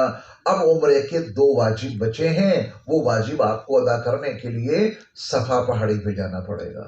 اور ایک مسئلہ ہے جس کو پوری توجہ سے خواتین بھی اور مرد بھی اپنے ذہنوں میں مستحضر رکھیں۔ اکثر لوگ وہ غلطی کرتے ہیں، اکثر لوگ اسے چھوڑ دیتے ہیں، اور وہ ہے سعی شروع کرنے سے پہلے، صفا پہاڑی پر جانے سے پہلے نواں استلام کرنا۔ یاد رکھیں گے 8 استلام آپ کے طواف میں ہو گئے۔ صفا پہاڑی پر جانے سے پہلے، سعی شروع کرنے سے پہلے حجر اسود کے کونے کے سامنے آ کر آپ کو نواں استلام کرنا ہے۔ نواں استلام کر کے پھر جائیے گا صفا پہاڑی پر، نواں استلام کر کے پھر سعی شروع کیجیے گا۔ یاد رکھیں گے یہ مسئلہ، اکثر لوگ بھول جاتے ہیں، لیکن جب آپ یہاں آئے ہیں تو آپ کو اس کا پورا فائدہ ملنا چاہیے۔ کیسے کریں گے اور کب کریں گے، کہاں پہ کریں گے، آسان طریقہ کیا ہے؟ ورنہ اس مقام پر نیچے صحن میں جا کر حجر اسود کے سامنے پہنچ کر استلام کرنا بڑا مشکل کام ہے، کیونکہ چال الٹی ہو جائے گی۔ لوگ ایسے چل رہے ہیں اور آپ کو ایسے آنا پڑے گا۔ اس کا طریقہ یہ ہے کہ جب آپ نماز سے فارغ ہو کر، دعاؤں سے فارغ ہو کر، زمزم سے فارغ ہو کر، زمزم پی کر جب آپ چلیں گے سعی کرنے کے لیے، تو اس کا ایک راستہ ہے، اسی سے آپ کو جانا پڑے گا۔ پھر آپ چڑھیں گے، چڑھتے ہوئے سعی کے لیے صفا پہاڑی پر جانے سے قبل آپ وہیں حجر اسود کے کونے کے سامنے آ جائیں گے۔ اوپر جا کر حجر اسود کے کونے کے سامنے کھڑے ہو کر اوپر سے آپ استلام کریں گے۔ نیچے آئیں گے تو آپ پھنس جائیں گے اور پریشانی بہت زیادہ ہو جائے گی۔ بس صفا پہاڑی ہے ہی حجر اسود کے کونے کے سامنے، جیسا کہ میں نے باب الصفا آپ کو دکھایا ابھی، تو ادھر ہی آپ کو آنا ہے۔ یہاں آ کے اوپر والے حصے سے، اوپر والی جو تہخانے کا حصہ ہے اوپر کا، وہاں پہنچ کر آپ استلام کریں گے، استلام نمبر 9، اور یہ استلام کر کے آپ صفا پہاڑی پر پہنچیں گے۔ صفا پہاڑی پر جب جائیں وہاں کے کام سمجھیے۔ یہ سعی کرنا عمرے کے 2 واجبات میں سے پہلا واجب ہے۔ یہ عمرے کا واجب ہے سعی کرنا، صفا مروہ کے درمیان 7 چکر لگانا، یہ واجب ہے۔ اگر کسی نے سعی چھوڑ دی اور اپنے بالوں کو کٹوا لیا، اس پہ دم آ جائے گا۔ دم جانتے ہیں نا، وہاں کے دم میں دم نکل جاتا ہے جی۔ 700 ریال لگیں گے تقریباً۔ نماز میں آپ سے غلطی ہوتی، سجدہ سو کر لیتے ہیں، بات بن جاتی ہے۔ وہاں جو دم آتا ہے تو وہاں جانور ذبح کرنا پڑے گا، اور انڈیا میں ذبح نہیں کر سکتے، اس جانور کا حدود حرم میں ہی ذبح کرنا ضروری ہے۔ تو آپ کو آسان زبان میں سمجھا اس لیے رہا ہوں کہ انشاءاللہ آپ پر دم نہیں آئے گا اگر حاضر دماغی سے آپ نے کام کیا۔ یہ سعی کرنی واجب ہے، ہر شخص کے لیے واجب ہے جو طواف کرنے کے نیت سے وہاں پہنچا ہے۔ جب آپ صفا پہاڑی پر پہنچے، اب وہاں کے کام سمجھیے۔ سب سے پہلا کام صفا پہاڑی پر پہنچنے کے بعد کا یہ ہے کہ آپ بیت اللہ کی طرف رخ کر کے اپنے اللہ سے پہلے کچھ مانگ لیں۔ یہ دعاؤں کے مقبول ہونے کا بڑا اہم مقام ہے جہاں آپ پہنچے ہیں۔ صفا پہاڑی کی بڑی عجیب تاریخ ہے، مروہ کی بھی ایک بڑی عجیب ہسٹری ہے۔ یہ دونوں پہاڑ میرے رب کے شعائر میں سے ہیں۔ ان الصفا والمروۃ من شعائر اللہ، یہ اللہ کے شعائر میں سے ہیں۔ اور 17ویں پارے میں تو اللہ نے فرمایا وَمَن يُعَظِّمْ شَعَائِرَ اللَّهِ فَإِنَّهَا مِن تَقْوَى الْقُلُوبِ، جو اللہ کے شاعر کی تعظیم کرتا ہے، جو اللہ کے شاعر کا احترام کرتا ہے، اس کا مطلب یہ ہے کہ اس کے دل میں تقوی موجود ہے۔ غیر متقی تو شاعر اللہ کا کوئی احترام نہیں کرتا، لیکن جن کے دلوں میں تقوی موجود ہے وہ اللہ کی شاعر کا پورا احترام کرتے ہیں۔ تو اللہ تعالیٰ نے آپ کو صفا پہاڑی پر پہنچا دیا۔ قبلہ رخ ہو کر سب سے پہلے اپنے اللہ سے کچھ مانگیے، ضرور مانگیے، کیونکہ یہ دعا کے مقبول ہونے کا بڑا اہم مقام ہے۔ دعا سے فارغ ہو کر اب آپ نیت کریں گے سعی۔ کس کی نیت کریں گے؟ کیونکہ سعی کرنی ہے آپ کو۔ کہیے اے اللہ میں نیت کرتا ہوں سعی کی، صفا مروہ کے درمیان 7 چکر، تو اسے میرے لیے آسان فرما اور میری جانب سے اسے قبول فرما۔ یہ نیت کر کے آپ صفا پہاڑی سے مروہ کی طرف جب چلیں گے تو درمیان میں آپ کو گرین لائٹیں چھت میں لگی ہوئی نظر آئیں گی۔ لکڑی کا بڑا حسین کام ہے، اور اس لکڑی کے نیچے، اس کام کے نیچے گرین لائٹیں آپ کو دکھائی دیں گی، جانے میں بھی اور آنے میں بھی۔ جتنے ایریے میں گرین لائٹیں لگی ہیں یہ ہیں میلین اخضرین، اتنے ایریے کو مردوں کو دوڑ کے پار کرنا ہے، عورتوں کو نارملی رفتار سے چلنا ہے۔ عورتوں کو نہیں دوڑنا ہے، کس کو دوڑنا ہے؟ مردوں کو، جانے میں بھی، اور جب واپس آئیں گے مروہ سے صفا کی طرف پھر وہ ایریا آپ کو دکھائی دے گا۔ ابھی سب کچھ دکھاتا ہوں آپ کو، سب کچھ سمجھ میں آ جائے گا۔ تو پھر واپسی میں بھی اتنے ایریا کو مرد دوڑ کے پار کریں گے، عورتیں نارملی رفتار سے چلیں گی۔ پھر مرد اپنی رفتار کو آگے بہت ہلکی کر دیں تاکہ حجن بھی آہستہ آہستہ چل کے ان کے ساتھ میں پہنچ جائیں، جانے میں بھی اور آنے میں بھی۔ کریں گے ایسا؟ جب آپ جا رہے ہوں گے میلین اخضرین کو دوڑ کے آپ نے پار کیا اور پھر آپ پہنچے مروہ پر، تو مروہ پر پہنچ کر ایسے ہی گھوم کے نہ جائیے گا۔ جس طرح صفا پہاڑی دعاؤں کے مقبول ہونے کا بڑا اہم مقام ہے، ٹھیک اسی طرح مروہ پہاڑی بھی دعاؤں کے مقبول ہونے کا مقام ہے۔ لہذا آپ کو مروہ پر پہنچ کر پھر قبلہ رخ ہو کر اللہ سے دعائیں کرنی ہیں۔ دعائیں آپ کی قبول ہوں گی، صفا پر بھی اور مروہ پر بھی۔ ہر بار، جتنی بار آپ صفا پر پہنچیں، جتنی بار آپ مروہ پر پہنچیں، ہر بار قبلہ رخ ہو کر دعا مانگنی ہے اپنے اللہ سے۔ کریں گے کوشش؟ میاں ویسے ہم لوگ دعا نہیں مانگتے ہیں، اللہ نے وہاں پہنچا دیا جہاں دعائیں قبول ہی ہوتی ہیں، وہاں بھی اگر دعا نہیں مانگی تو کتنی بڑی محرومی کی بات ہوگی۔ اپنے ذہن میں رکھیے گا کہ مجھے ہر بار صفا پر اور مروہ پر پہنچ کر قبلہ رخ ہو کر دعائیں مانگنی ہیں۔ دیکھیے طواف کا چکر گننے کا ضابطہ الگ ہے، اور صفا مروہ کے درمیان سعی کے چکر گننے کا قانون الگ ہے۔ طواف کے چکر گننے کا قانون اور ضابطہ یہ کہ جہاں سے چلے وہیں گھوم کے پہنچو گے تو ایک چکر ہوگا۔ حجر اسود سے چلے تھے، پورا چکر لگا کر نیچے یا اوپر جہاں بھی ہیں، چکر جب ہی مانا جائے گا جہاں سے چلے تھے وہیں پہنچے اسی کے سامنے، تبھی تو چکر پورا ہوگا۔ لیکن سعی کے چکر گننے کا ضابطہ الگ ہے، وہ یہ صفا سے آپ چلے اور مروہ پر پہنچے ایک چکر ہو گیا، مروہ سے چلے صفا پر پہنچے دوسرا چکر ہو گیا، ایسے آپ کا 7واں چکر مروہ پر پورا ہوگا۔ بات واضح ہو گئی؟ 7واں چکر کہاں پورا ہوگا؟ مروہ پر۔ جب 7واں چکر مروہ پر پورا ہو جائے، اللہ آپ کو توفیق بخشے اور عمل کو آسان فرمائے، ایک واجب اللہ نے ادا کرا دیا۔ عمرے میں 2 ہی تو واجب ہیں، ایک واجب آپ نے ادا کر لیا، دوسرا واجب ہے سر کے بالوں کو منڈوانا یا کتروانا۔ جو منڈوانا چاہے منڈوا لے، جو کتروانا چاہے کتروا لے، اس کے مسائل ہیں مستقل۔ کون لوگ وہ ہیں جن کے لیے منڈوانا اور استرا چلوانا ضروری ہے؟ جن کے بال ایک پوروے سے کم ہیں، ان کے لیے لازم اور ضروری ہے کہ وہ استرا چلائیں۔ بہت سارے ہمارے ساتھی بیٹھے ہیں، ان کے سر پہ بہت چھوٹے چھوٹے بال ہیں، جیسے آپ ہیں، تو آپ مشین نہیں چلوا سکتے، آپ کے لیے استرا لازم ہے، جاتے استرا جلے گا۔ جن کے بال کافی بڑے ہیں وہ چاہیں تو مشین چلوا لیں، ان کی اجازت ہے، لیکن بال اگر چھوٹے ہیں تو استرا چلوانا ضروری ہے۔ خواتین سعی کر کے اپنے روم پر آ جائیں، پوری توجہ سے پابندیوں کا خیال رکھتے ہوئے، اور غسل خانے میں جا کے اپنے سر کے بالوں کو کھولیں، کیونکہ مسئلہ یہ ہے کہ مردوں کے سامنے بال نہیں کھول سکتی، نہ یہاں نہ وہاں۔ بتانا ہمارا کام ہے، ماننا آپ کا کام ہے۔ تو بالکل خاموش کر دیجئے اس کو، جزاک اللہ۔ غسل خانے میں جا کے اپنے سر کے بالوں کو 3 حصوں میں تقسیم کریں، دائیں چوٹی کھول دیں، دائیں جانب، بائیں جانب اور پشت کی طرف۔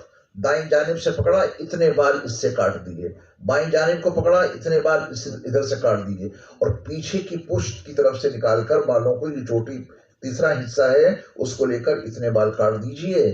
تو اب بالوں کے مڑوانے کے بعد، کتروانے کے بعد، کٹوانے کے بعد، یہ دوسرا واجب تھا وہ بھی آپ نے ادا کر دیا۔ احرام کی جملہ پابندیوں سے آپ آزاد ہو گئے، اللہ نے آپ کا عمرہ پورا کرا دیا، اور یہ عمرہ آپ کا حج تمتع کا حصہ ہے۔ یہ بات ذہن میں رکھیے گا، یہ عام عمرہ نہیں ہے، یہ آپ کے حج تمتع کا عمرہ ہے۔ اس کے لیے 2 کڑی شرطیں ہیں، 2 کڑی۔ روزانہ میرے پاس 20-25 سوالات آتے ہیں مکہ المکرمہ سے، مدینہ منورہ سے، سب یہ ہو گیا ہے تو اب کیا کریں، اور یہ ہو گیا ہے تو اب کیا کریں۔ ایک بڑا پیچیدہ سوال یہ آیا کہ ایک صاحب نے طواف ہی نہیں کیا، صرف سعی کی اور بال مڑوا دیے۔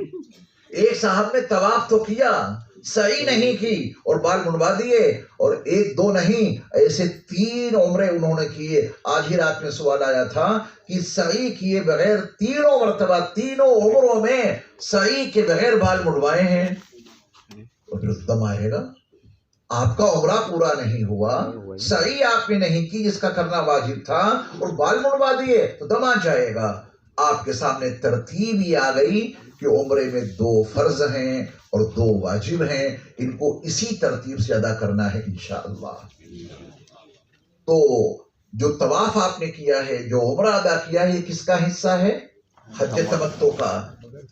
اس کے لیے 2 کڑی شرطیں ہیں۔ نمبر 1، یہ عمرہ حج کے مہینوں میں ادا کیا جائے، تبھی یہ عمرہ حج تمتع کا حصہ بنے گا۔ اگر کوئی رمضان میں عمرہ کر کے وہیں رکا رہے، اور حج کے مہینے ہیں 3، شوال، ذی قعدہ، ذی الحج، اس میں اس نے عمرہ نہیں کیا، تو رمضان والا عمرہ کیا حج تمتع کا حصہ بن جائے گا؟ نہیں بنے گا، کیونکہ وہ حج کے مہینوں سے پہلے کیا۔ اور آپ جب جا رہے ہیں اور جاتے ہی آپ عمرہ کریں گے تو آپ حج کے مہینوں میں عمرہ کریں گے یا حج کے مہینوں کے باہر؟ حج کے مہینوں میں کریں گے۔ آپ نے پہلی شرط پوری کر دی حج تمتع کے عمرے کی کہ حج کے مہینوں میں ہی آپ کا عمرہ پورا ہوگا۔ دوسری کڑی شرط ذرا توجہ سے سن لیجئے گا، اس مرتبہ لوگ بہت زیادہ گڑبڑی کر رہے ہیں اس معاملے میں۔ حج تمتع کے عمرے کی دوسری شرط یہ ہے کہ عمرہ ادا کرنے کے بعد آپ میقات سے باہر نہیں جا سکتے۔ اگر میقات سے باہر نکل گئے تو پھر یہ پہلے والا عمرہ آپ کا ختم ہو جائے گا۔ لوگ شوق میں طائف چلے جاتے ہیں حج سے پہلے، جائیے تو حج کے بعد جائیے، اس میں کیا دقت ہے؟ حج سے پہلے عمرہ کرنے کے بعد، بہت توجہ سنیے گا یہ مسئلہ، پہلا عمرہ ادا کر لینے کے بعد حج کے ادا کرنے تک آپ کو طائف نہیں جانا ہے، مدینہ منورہ نہیں جانا ہے، ریاض نہیں جانا ہے، دمام نہیں جانا ہے، زہران نہیں جانا ہے، یمبو نہیں جانا ہے۔ آپ کو میقات سے باہر نہیں نکلنا ہے، کیونکہ حج تمتع کے عمرے کی کڑی شرط یہ ہے کہ یہ عمرہ ادا کر کے آپ میقات سے باہر نہیں جا سکتے۔ اگر میقات سے باہر چلے گئے جو پہلے والا عمرہ آپ کا ختم ہو جائے گا۔ تو طائف جانے کا اگر جذبہ دل میں پیدا ہو تو حج کے بعد جائیے گا، حج سے پہلے تو نہیں جائیں گے، حج سے پہلے بالکل نہ جائیے گا۔ اگر آپ چلے گئے تو یہ آپ کا پہلے والا عمرہ ناقابل اعتبار ہو جائے گا۔ پھر جب آپ واپس آئیں گے طائف سے، پھر آپ کو تمتع والا عمرہ کرنا پڑے گا۔ تو اس وجہ سے یہ مسئلہ آپ کے ذہن میں مستحضر رہنا ضروری ہے۔ عمرہ مکمل ہو گیا، اب کچھ ذیلی مسائل سن لیجئے، پھر ہم آپ کو سوالات کا وقفہ دیں گے عمرے سے متعلق، پھر حج کا بیان آئے گا انشاءاللہ۔ ضروری مسائل میں سے 2-3 باتیں آپ سمجھ لیں۔ طواف کے دوران وضو کا باقی رہنا ضروری ہے۔ جس طرح بغیر وضو کے نماز نہیں ہوتی، ٹھیک اسی طرح بغیر وضو کے طواف نہیں ہوتا۔ طواف کے لیے وضو لازم ہے۔ طواف کرتے کرتے اگر کسی کا وضو ٹوٹ گیا تو دیکھنا یہ ہے کہ کب ٹوٹا، کتنے چکر کرنے کے بعد ٹوٹا۔ مسئلہ یہ ہے اگر 4 چکر مکمل ہونے سے پہلے ٹوٹ گیا، ابھی 4 چکر مکمل نہیں ہوئے پہلے ہی وضو ٹوٹ گیا، حکم یہ ہے کہ وضو کیجئے اور پھر سے شروع کیجئے۔ یہ جو چکر ہوئے ہیں 4 سے پہلے 3، 3:30، 2:30، 2، اب ان کا کوئی اعتبار نہیں رہا. وضو ٹوٹا ہے 4 چکروں سے پہلے، وضو کیجئے اور طواف پھر سے شروع کیجئے.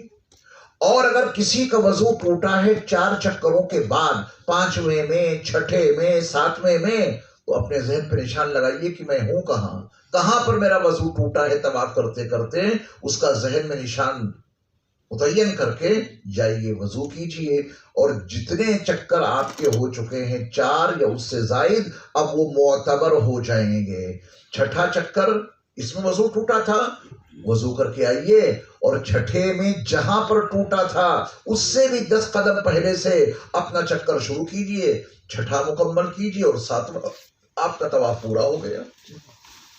5ویں میں ٹوٹا ہے، 7ویں میں ٹوٹا ہے، اب پہلے کے چکر معتبر ہو جائیں گے. کب؟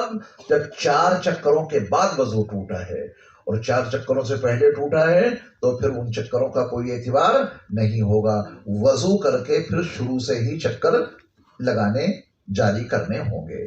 نمبر 2، طواف کے دوران، یہ لفظ یاد رکھیے گا، طواف کے دوران آپ بیت اللہ کو نہیں دیکھ سکتے.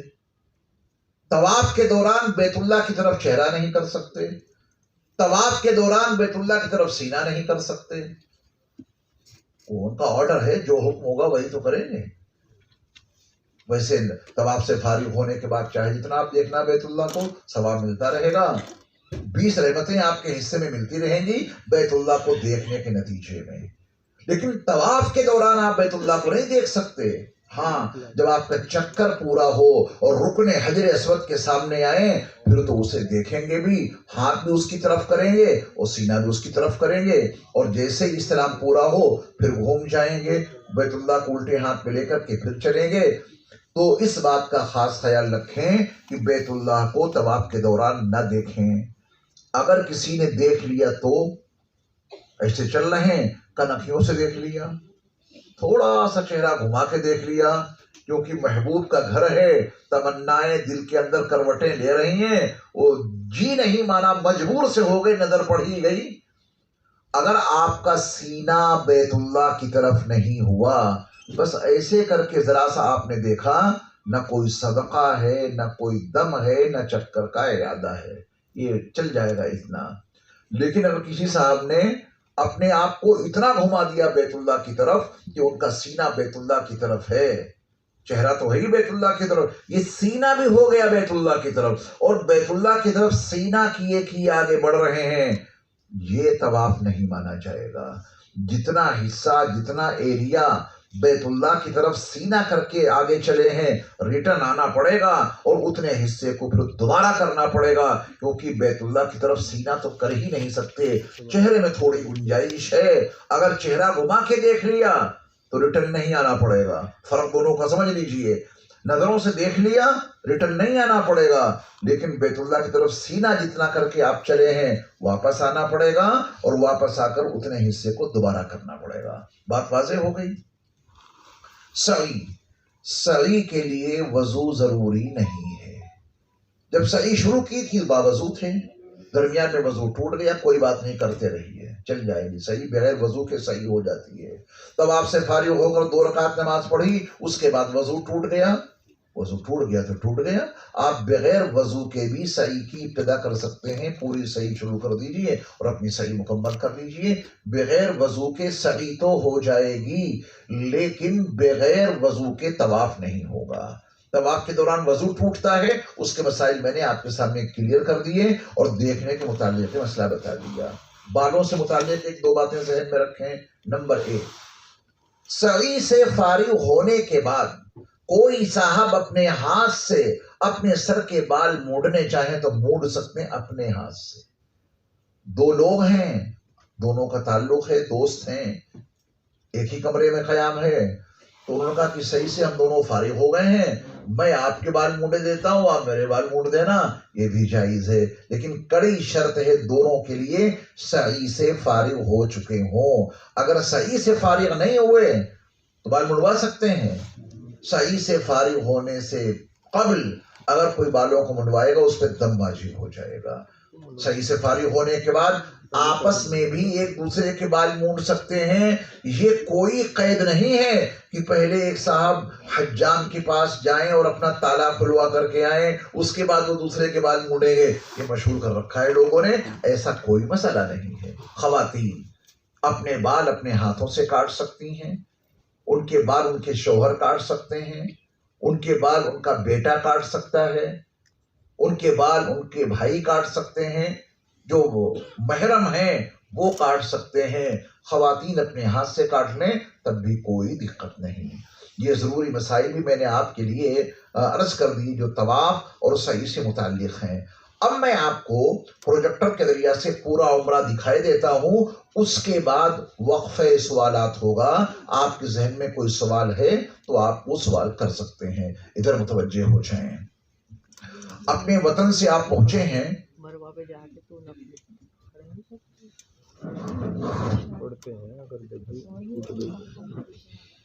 اور اپنے روم سے آپ پہنچے بیت اللہ شریف. جیسا آپ دکھائی دے رہا ہے ہماری لائٹیں بند کروائیے تبھی کلیئر ہوگا.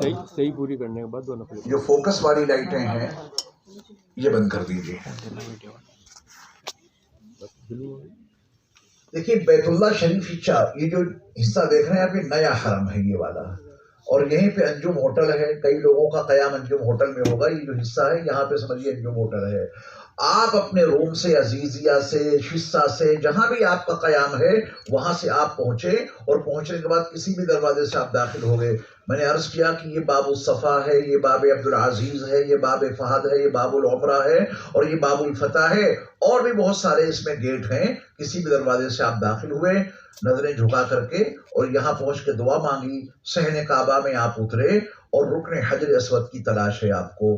تو اس کے لیے جو علامتیں ہیں میں نے آپ کو بتا دی ہیں. اس کے بعد آپ دیکھیے بڑھو بیٹا. یہ باہر کا حصہ ہے جو چھوٹے چھوٹے گیٹ میں نے آپ کو بتائے ہیں. یہ والے گیٹ ہیں یہ بڑے ہو گئے ہیں. اس میں آگے چلیے. بس اس کو آپ توجہ سے دیکھیں. اس خاکے سے بہت کچھ آپ سمجھ لیں گے آسانی سے.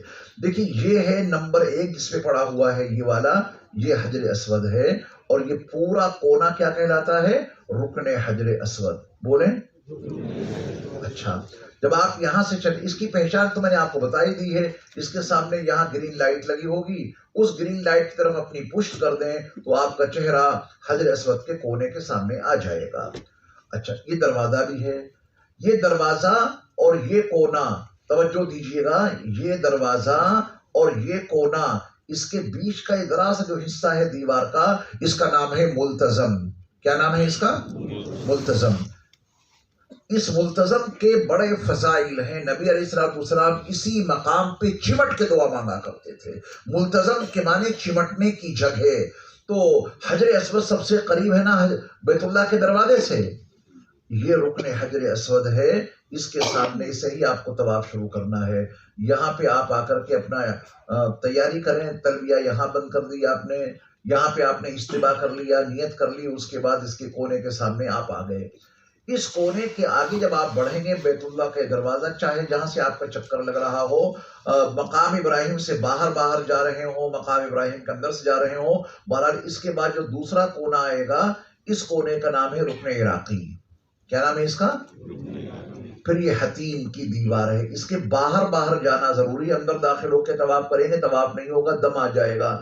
اس کے باہر آپ چلتے ہوئے ایسے آ رہے ہیں تو پھر یہ تیسرا کونا آیا. اس کونے کا نام ہے رکن شامی. کیا نام ہے اس کا؟ اور رکن شامی کے بعد پھر آپ ایسے گھومتے ہوئے آ رہے ہیں یہاں پہنچے اس کا سامنا ہو گیا. اس کا نام ہے رکن یمانی. 70 فرشتے یہاں ہے نا. اللہ تعالیٰ نے رکن یمانی پہ 70 فرشتے متعین کر رکھے ہیں اور وہ آپ کی دعاؤں پر آمین کہتے ہیں. آپ کی جس دعا پہ فرشتے آمین کہہ دیں اللہ اس دعا کو ضرور قبول کرے گا. اور اللہ نے فرشتے مقرر صرف آپ کے لیے کیے ہیں کہ میرے بندے یہاں کر جتنی دعائیں مانگیں تو ان دعاؤں پہ اے فرشتوں تم آمین کہا کرو. اس کونے سے جب آپ آگے بڑھیں گے تو کیا پڑھنا شروع کریں گے؟ ربنا آتنا فی الدنیا حسنہ. پوری دعا آپ کو بتا دی گئی ہے. اب آپ یہاں پر جب پہنچیں گے تو پھر دوبارہ استلام کریں گے. چکر لگاتے ہوئے پھر یہاں پہنچے دوبارہ استلام کریں گے. تو شروع میں استقبال اور استلام اور ہر چکر کے مکمل ہونے پر استلام. اس طرح ایک طواف میں کتنے استلام ہو گئے؟ 8۔ چلیے آگے بڑھو، یہ پورا بڑا کر کے دکھا گیا ہے آپ کو حجر اسود، یہ شکل ہے وہاں۔ دیکھیے اس کے اندر 7 ٹکڑے لگے ہوئے ہیں۔ کتنے ٹکڑے ہیں؟ 7۔ سب سے بڑا ٹکڑا یہاں پر ہے جس کو بوسہ دینے کا موقع ملتا ہے، باقی ٹکڑے اس کے اندر نصب ہیں، اور یہ باہر چاندی کا بڑا خوبصورت خول لگا ہوا ہے۔ یہ ہے حجر اسود، جنت کا یاقوت، اور اس کے بڑے فضائل ہیں۔ یہ پورا کونا حجر اسود کہلاتا ہے۔ آگے چلیے،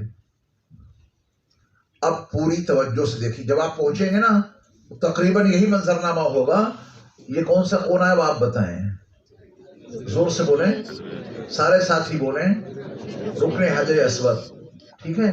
اس کے بعد کا یہ کونا رکن عراقی، یہ حتیم کی دیوار، اور یہ کونا رکن شامی، اور یہ کونا رکن یمانی۔ ایسے آپ کا طواف چل رہا ہے جیسے کہ اس وقت لوگ اس کے اندر موجود ہیں۔ آگے ایک منٹ ٹھہرو، اس کو دیکھیں آپ، یہ کیا ہے؟ مقام ابراہیم۔ اب اس کو بڑا کر کے دکھائیں گے، یہ مقام ابراہیم ہے۔ اس کے اندر وہ پتھر رکھا ہوا ہے جس پر کھڑے ہو کر اب سے تقریباً 4000 سال پہلے اللہ کے خلیل ابراہیم علیہ السلام نے اعلان کیا تھا، حج کا اعلان کیا تھا، وَأَذِّن فِي النَّاسِ بِالْحَجِّ يَأْتُوكَ رِجَالًا وَعَلَىٰ كُلِّ ضَامِرٍ يَأْتِينَ مِنْ كُلِّ فَجٍّ عَمِيقٍ۔ وہ پتھر اس کے اندر رکھا ہوا ہے، آپ کو دکھے گا صاف، اس کے اوپر چاندی کا خول چڑھا ہوا ہے۔ اس پر ابراہیم علیہ السلام کے دونوں پیروں کے صاف نشانات موجود ہیں۔ اب سے 4000 سال پہلے ابراہیم علیہ السلام نے حج کا اعلان اسی پتھر کے اوپر کھڑے ہو کے کیا تھا۔ جس نے اس صدا کو سنا، اعلان کو سنا، جتنی بار جس نے لبیک کہی ہے اتنی بار اللہ اسے اپنی بارگاہ میں حاضر ہونے کی سعادت عطا کرتے ہیں۔ آپ نے بھی لبیک یقیناً کہی، تبھی اللہ نے آپ کے لیے حاضری کا اسباب پیدا فرمائے۔ آگے چلو، یہ طواف کر رہے ہیں، پورا منظرنامہ، یہ دروازہ، یہ اوپر جو دیکھ رہے ہیں آپ، یہ پرنالہ ہے، اس کا نام ہے میزاب رحمت۔ کیا نام ہے اس کا؟ میزاب رحمت۔ اس کا پانی گرتا ہے نیچے حتیم میں۔ آگے چلیے، ایک منٹ یہیں پہ رکو، یہیں پہ رکو۔ آپ کو استوا سمجھنا ہے نا، یہ کندھا کھول رکھا ہے انہوں نے، کون سا کندھا ہے؟ داہنا۔ یہ چادر انہوں نے اس کے نیچے سے نکالی، الٹے ہاتھ پہ کندھے کے اوپر ڈال لی۔ دیکھ رہے ہیں کندھا کھلا ہوا، یہ کندھا کھلا ہوا ہے ان کا، بولیں یہ کیا ہے؟ استوا۔ ایسا آپ بھی کر لیں گے نا، اور کہاں پر کھولیں گے؟ دلی ایئرپورٹ پہ یا حجر اسود کے کونے کے سامنے پہنچنے سے پہلے؟ اور وہی کیجئے گا، یہاں سے اس کا کوئی تعلق نہیں ہے۔ اور 7 چکروں میں کندھا کھلا رہے گا جی، اور اس کے بعد کندھا ڈھانک کر نماز پڑھیں گے جب آپ کا طواف پورا ہو جائے۔ آگے چلو، دیکھیے یہ ہے مقام ابراہیم، ٹھیک ہے نا؟ اس کے آگے بیت اللہ ہے، اللہ کا گھر ہے، یہ رکن حجر اسود ہے، اور یہ رکن عراقی ہے۔ اس کے بیچ میں کافی فاصلے پر ہے، یہ فوٹو میں آپ کو ایسا محسوس ہو رہا ہے، یہ مقام ابراہیم ہے۔ آگے چلیے،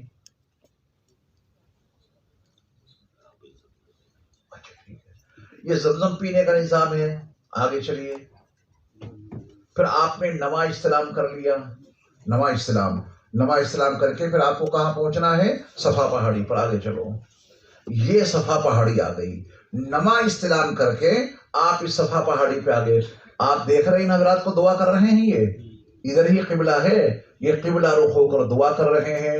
یہ ہے اوریجنل صفا پہاڑی جس پر کھڑے ہو کر میرے مصطفیٰ علیہ الصلوۃ والسلام نے یا ایھا الناس قولوا لا الہ الا اللہ تفلحوا کا اعلان کیا تھا پہلی بار۔ یہ بھی صفا پہاڑی ہے، لیکن حاجیوں کے لیے پہاڑی کو چھانٹ کر ایسے پتھر بچھا دیے گئے ہیں تاکہ ان کے پیر زخمی نہ ہو جائیں۔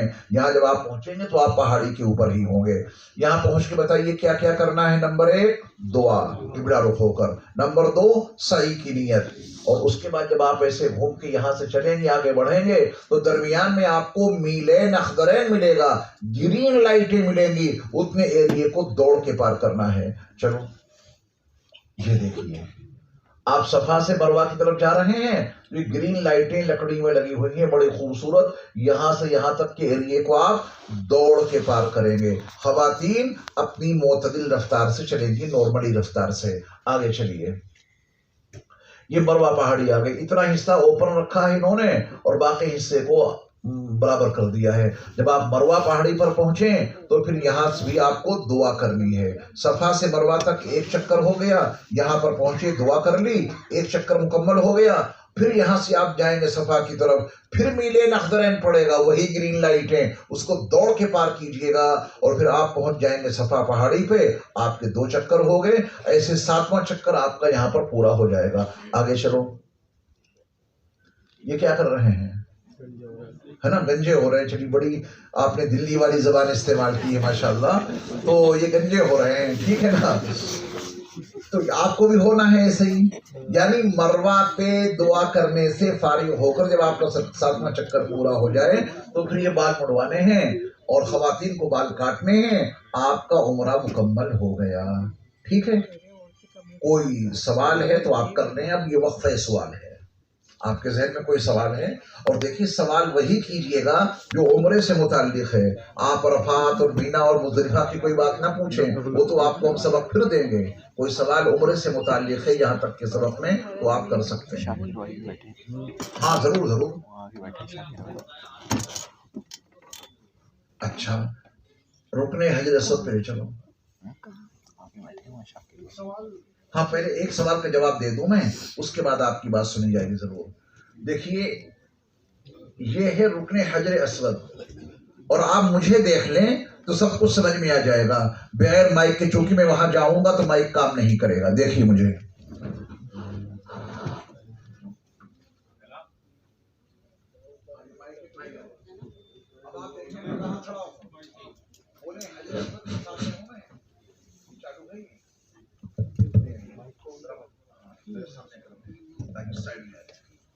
دیکھیے میں کہاں کھڑا ہوں؟ حجر اسود کے کونے کے سامنے۔ جب حجر اسود کے کونے کے سامنے آ جائیں گے تو ہمیں پہلے استقبال کرنا ہے۔ آپ کا سوال یہی ہے نا؟ یہ بات سمجھ میں نہیں آئی؟ مجھے دیکھیے آپ سلمان، آپ ذرا ادھر بیٹھ جاؤ، دیکھیں سارے ساتھی، میں پہلے استقبال کر رہا ہوں حجر اسود کے کونے کے سامنے پہنچ کر، بسم اللہ اللہ اکبر وللہ الحمد، یہ کیا ہو گیا؟ استقبال۔ اس کے بعد آپ کو استلام کرنا ہے۔ کونے کے سامنے کھڑے ہو کر اپنے ہاتھوں کو ایسے سیٹ کیا، یہ آپ کے ہاتھوں کی ہتھیلیاں حجر اسود کے سامنے ہیں، اور ایسے ہاتھوں کو سیٹ کر کے آپ پڑھیں گے بسم اللہ اللہ اکبر وللہ الحمد والصلاة والسلام علی رسول اللہ۔ ہاتھوں کو چوم لیا، ہاتھوں کو چوم کے آپ ہاف راؤنڈ مڑ گئے، بیت اللہ الٹے ہاتھ پہ آ گیا۔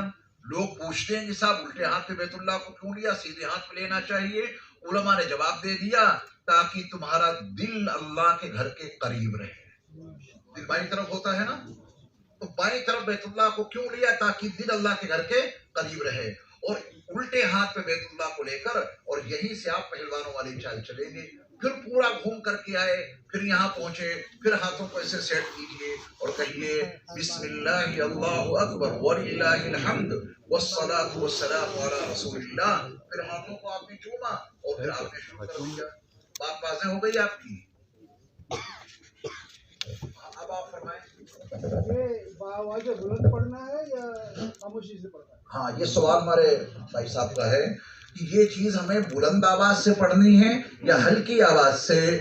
بلند آواز اتنی بھی زیادہ نہیں ہو کہ دوسرے ڈسٹرب ہو جائیں، شور زیادہ ہوتا ہے تو اتنی آواز تو ہونی ہی چاہیے جسے آپ کے کان سن سکیں۔ خواتین کو آہستہ آواز سے اور مرد زیادہ بلند آواز سے نہیں، چیخنا نہیں ہے۔ بسم اللہ اللہ اکبر وللہ الحمد، ایسے آپ نے پڑھا۔ میرے سامنے تو مائک لگا ہے تو آواز اس کی زیادہ تیز ہو گئی، میں اس کو ہٹائے دیتا ہوں۔ دیکھیں، بسم اللہ اللہ اکبر وللہ الحمد والصلاة والسلام علی رسول اللہ، ایسے پڑھیں آپ۔ اور پوچھیں، ہاں فرمائیے۔ صحیح کے دوران جو ہری لائٹ میں دوڑنا ہے وہ کیا پنجوں پہ دوڑنا ہے یا پورے پہ؟ ہاں، بہت اچھا سوال کیا ہے آپ نے کہ گرین لائٹ کے دوران جو ہم دوڑیں گے تو کیا وہ دوڑ ویسی ہوگی جیسے طواف کے دوران رمل کرتے ہیں پنجوں کے بل سینے کو تان کر کے؟ جواب یہ ہے کہ بالکل نارملی رفتار، آپ جیسے چلتے ہیں نا دوڑنے میں، پورا پنجہ نیچے لگتا ہے، اس میں اکڑ نہیں ہوگی، رمل نہیں ہوگا۔ دوڑنا ہے پورا پیر آپ کا ایڑی سمیت، پنجوں سمیت زمین پر رہے گا، جیسے دوڑتے ہیں رمل میں پنجوں کے بل زور دینا ہے، پہلوانوں کی چال چلنی ہے، اکڑ کے چلنا ہے، تو رمل الگ ہے اور دوڑ الگ ہے. دوڑیں گے یہاں پورے پیر کو زمین پر ٹیک کر. اور پوچھیں جی.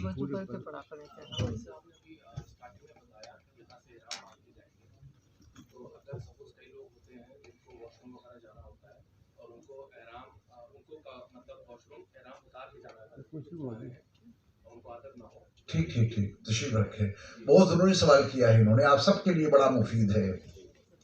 احرام کی حالت میں ہیں، ایک چادر اوپر اوڑھ رکھی اور ایک نیچے پہن رکھی ہے، ٹوائلٹ جانا ہے اور پہلی بار تو احرام پہنا ہے، ہو سکتا ہے اندر وہ کہیں گندگی سے ٹچ ہو جائے.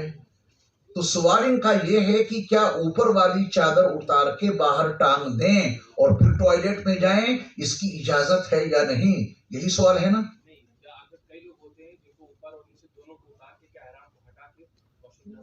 تو اب آپ بتائیے کہ کہاں ہٹائیں گے وہ؟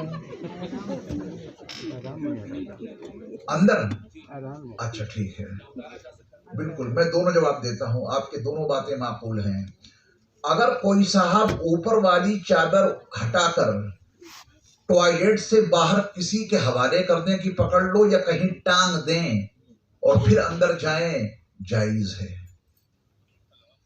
فلسفہ میں آپ کو بتائی دیتا ہوں، احرام کی پابندیاں آپ کی باڈی پر عائد ہوتی ہیں. احرام کی پابندیاں کس پر عائد ہوتی ہیں؟ آپ کے جسم پر. جو چادر آپ کے جسم سے ٹچ ہو رہی ہے وہ ہے احرام، اور جب آپ نے اس کو اتار کے وہاں ٹانگ دیا اب وہ چادر ہے، احرام نہیں ہے. دوسری چادر آپ نے اوڑھ لی، جو اوڑھیں گے، جو بدن سے چادر ٹچ ہوگی وہ کیا ہے؟ احرام.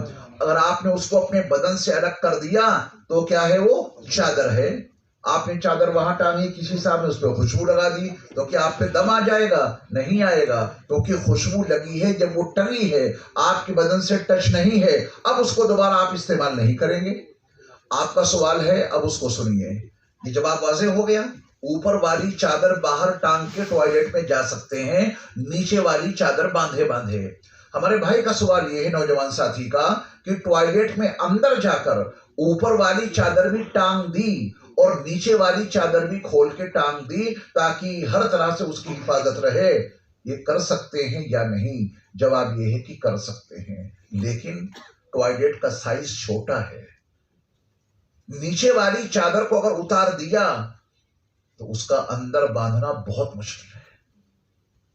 آپ چل کے دیکھیں گے مینا میں، عرفات میں چھوٹے چھوٹے ٹوائلٹ ہوتے ہیں، اگر نیچے والی چادر اتار دی تو اس کا اندر باندھنا بہت مشکل ہو جائے گا.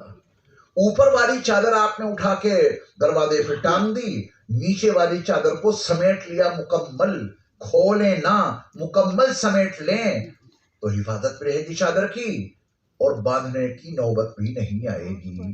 لیکن اگر کوئی پوری چادر کو اندر جا کے اتار دیتا ہے، احرام پہ کوئی فرق نہیں پڑے گا، دوبارہ باندھ لیجئے. جیسا کہ میں نے آپ کو بتایا، احرام کا تعلق آپ کی باڈی سے ہے، احرام کی پابندیاں آپ کے جسم پر عائد ہوتی ہیں.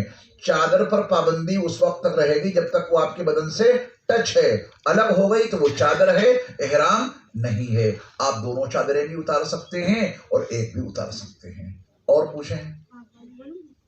ہاں، صحیح میں جب مروہ میں جاتے ہیں اور 7 راؤنڈ کمپلیٹ کرتے ہیں تو اس وقت 2 رکعت نماز نہیں ہے؟ ہاں، صحیح سوال کیا ہے آپ نے. دیکھیے، مستحب عمل ہے ایک. کیا ہے؟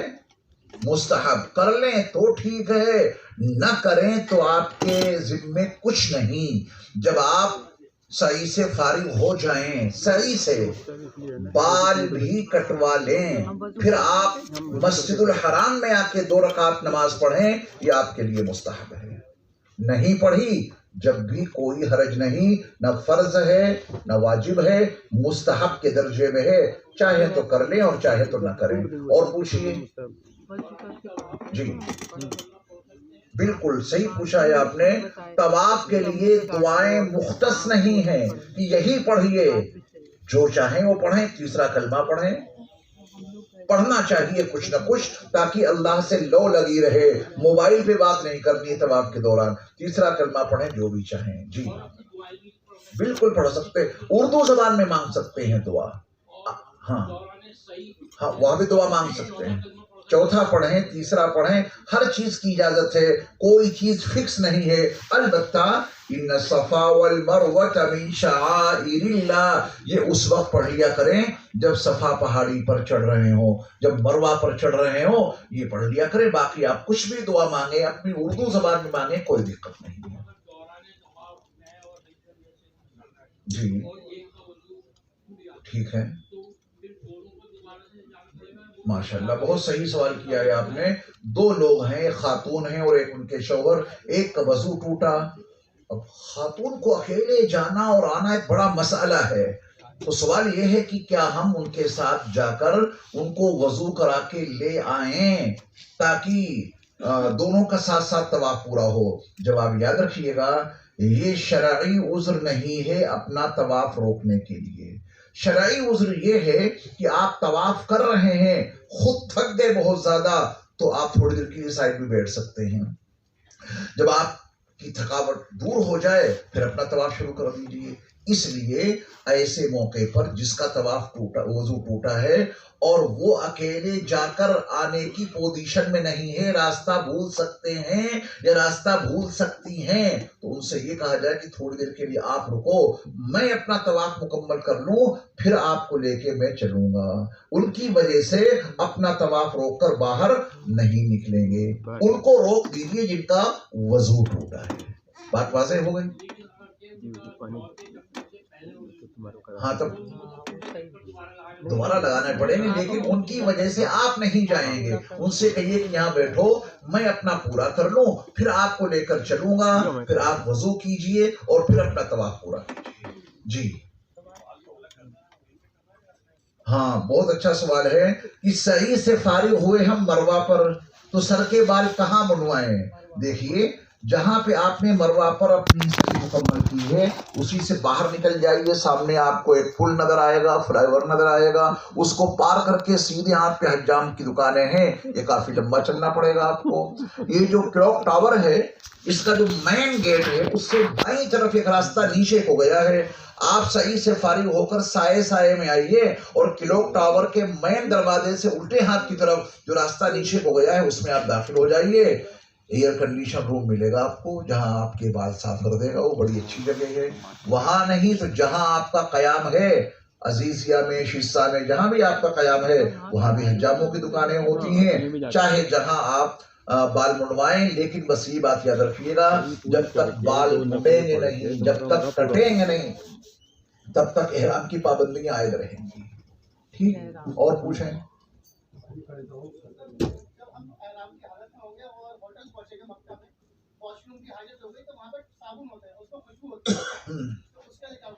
بہت اچھا سوال ہے۔ دیکھیے ٹوائلٹ سے فارغ ہونے کے بعد ہاتھ دھونا ایک فطری تقاضا ہے، ٹھیک ہے نا؟ اب وہاں جو صابن ملتا ہے جو حرم کے وضو خانوں میں لگا ہوتا ہے اس میں خوشبو نہیں ہوتی ہے، اسے تو آپ استعمال کر سکتے ہیں، لیکن جو آپ کا اپنا ٹوائلٹ ہے اس میں خوشبودار صابن رکھا ہے یا آپ کے پاس خوشبودار صابن ہے، آپ خوشبودار صابن سے ہاتھوں کو نہیں دھو سکتے حالت احرام میں، اس کے لیے کھاری باؤلی میں ایک صابن ملتا ہے کالا والا بغیر خوشبو والا، اس کی کئی ٹکیاں آپ لے لیں، ایک ایک ٹکی آپ استعمال کرتے ہیں، چھوٹی سی ٹکیاں ملتی ہے۔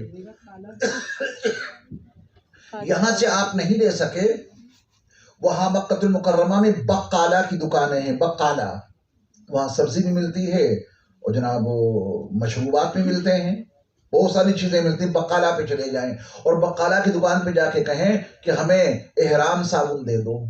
کون سا صابن؟ وہ صابن آپ کو وہ دیں گے جس میں خوشبو نہیں ہوگی، آپ اسے استعمال کر لیں، یا کھاری باؤلی سے آپ لے کر کے جائیں۔ کل ملا کر وہ خوشبودار صابن آپ کو ہاتھ دھونے میں استعمال نہیں کرنا ہے۔ فلائٹ میں بھی آپ کو ایک ٹیشو ملتا ہے، پیک ہوتا ہے، مندیل منعش اس کے اوپر لکھا ہوتا ہے، وہ اتنا خوشبودار ہوتا ہے کہ اگر حالت احرام میں کسی نے اسے کھول کے اس ٹیشو سے جو تر ہوتا ہے اپنے ہاتھوں کو صاف کر لیا، اس پہ دم آ جائے گا، خشک ٹیشو آپ استعمال کر سکتے ہیں، وہ پیک جو بند ہوتا ہے خوشبودار ہوتا ہے اسے آپ استعمال نہیں کر سکتے ہیں۔ جی اچھا سوال ہے۔ دونوں صحیح سے فارغ ہو گئے، میاں بھی اور بیوی بھی۔ صحیح سے فارغ ہونے کے بعد بیوی نے کہا کہ آپ کہاں زحمت کریں گے، بہت چلنا پڑے گا حجام کے پاس جانے میں، یہ خدمت میں کیے دیتی ہوں۔ بیوی نے اپنے شوہر کے بال اتار دیے، بالکل جائز ہے، اس میں کوئی رکاوٹ نہیں، بیوی اپنے شوہر کے بال کاٹ سکتی ہے جبکہ وہ صحیح سے فارغ ہو چکے ہوں دونوں۔ جی ہاں، جدھر سے نکلے ہیں وہی بتا رہا ہوں میں آپ کو۔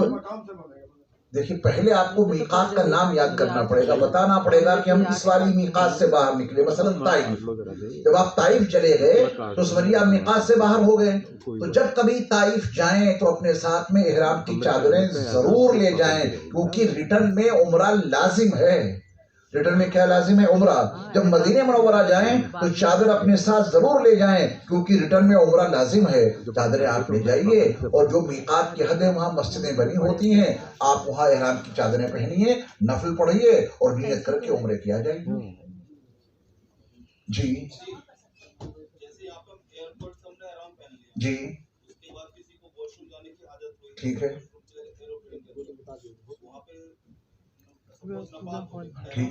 ٹھیک ہے، کوئی حرج نہیں، اتنی دیر تک ویسے گزار لیں، وقت جدہ پہنچ کر کے چاہیں تو چینج کر لیں۔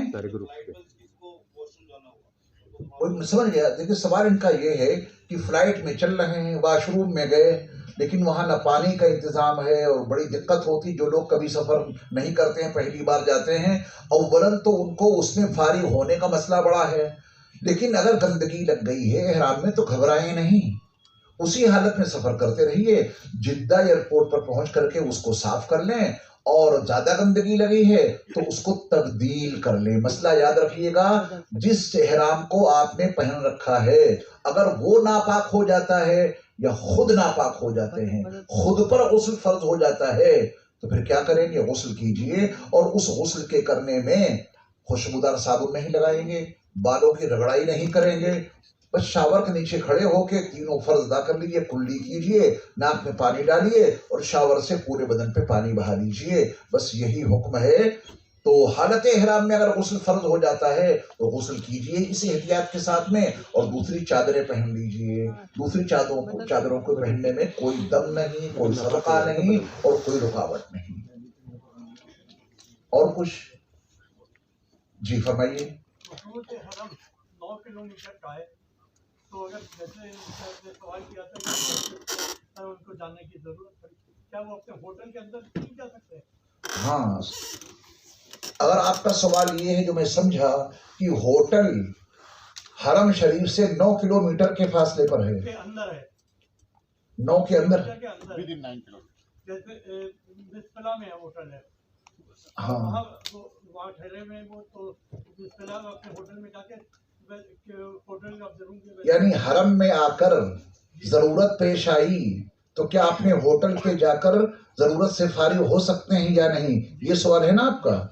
جی، حرم میں آپ موجود ہیں اور کوئی تقاضا ہے تو وہاں چاروں طرف ٹوائلٹس بنے ہوئے ہیں، اب تو بہت زیادہ بنا دیے ہیں لیکن پھر بھی مجمع بہت زیادہ ہے، اور آپ یہ چاہتے ہیں کہ اس مجمع والے عمومی ٹوائلٹس میں نہ جا کر میں اپنے روم میں جا کے ضروریات سے فارغ ہو کے پھر واپس آ جاؤں، ایسا آپ بلا تکلف کر سکتے ہیں، کوئی رکاوٹ نہیں، اپنے روم میں جائیے، ضروریات سے فارغ ہو کے پھر آ جائیے۔ اور بتائیں جی۔ ہاں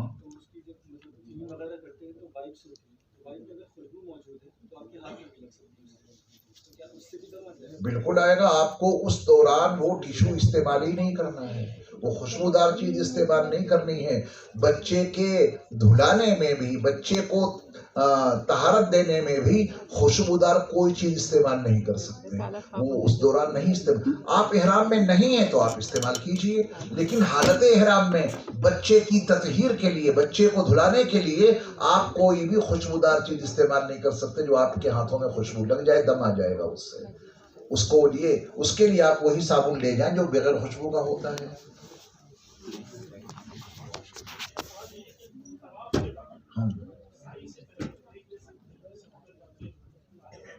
بالکل لے سکتے ہیں، اتنا لے سکتے ہیں کہ وہ سعی آپ بہت بعد میں کریں، لیکن جب صحیح کریں گے تبھی بال مڑیں گے، احرام کی پابندی عائد رہے گی۔ ان کا سوال یہ ہے کہ طواف کرتے کرتے گئے ہیں تھک، بھوک بھی لگی ہے،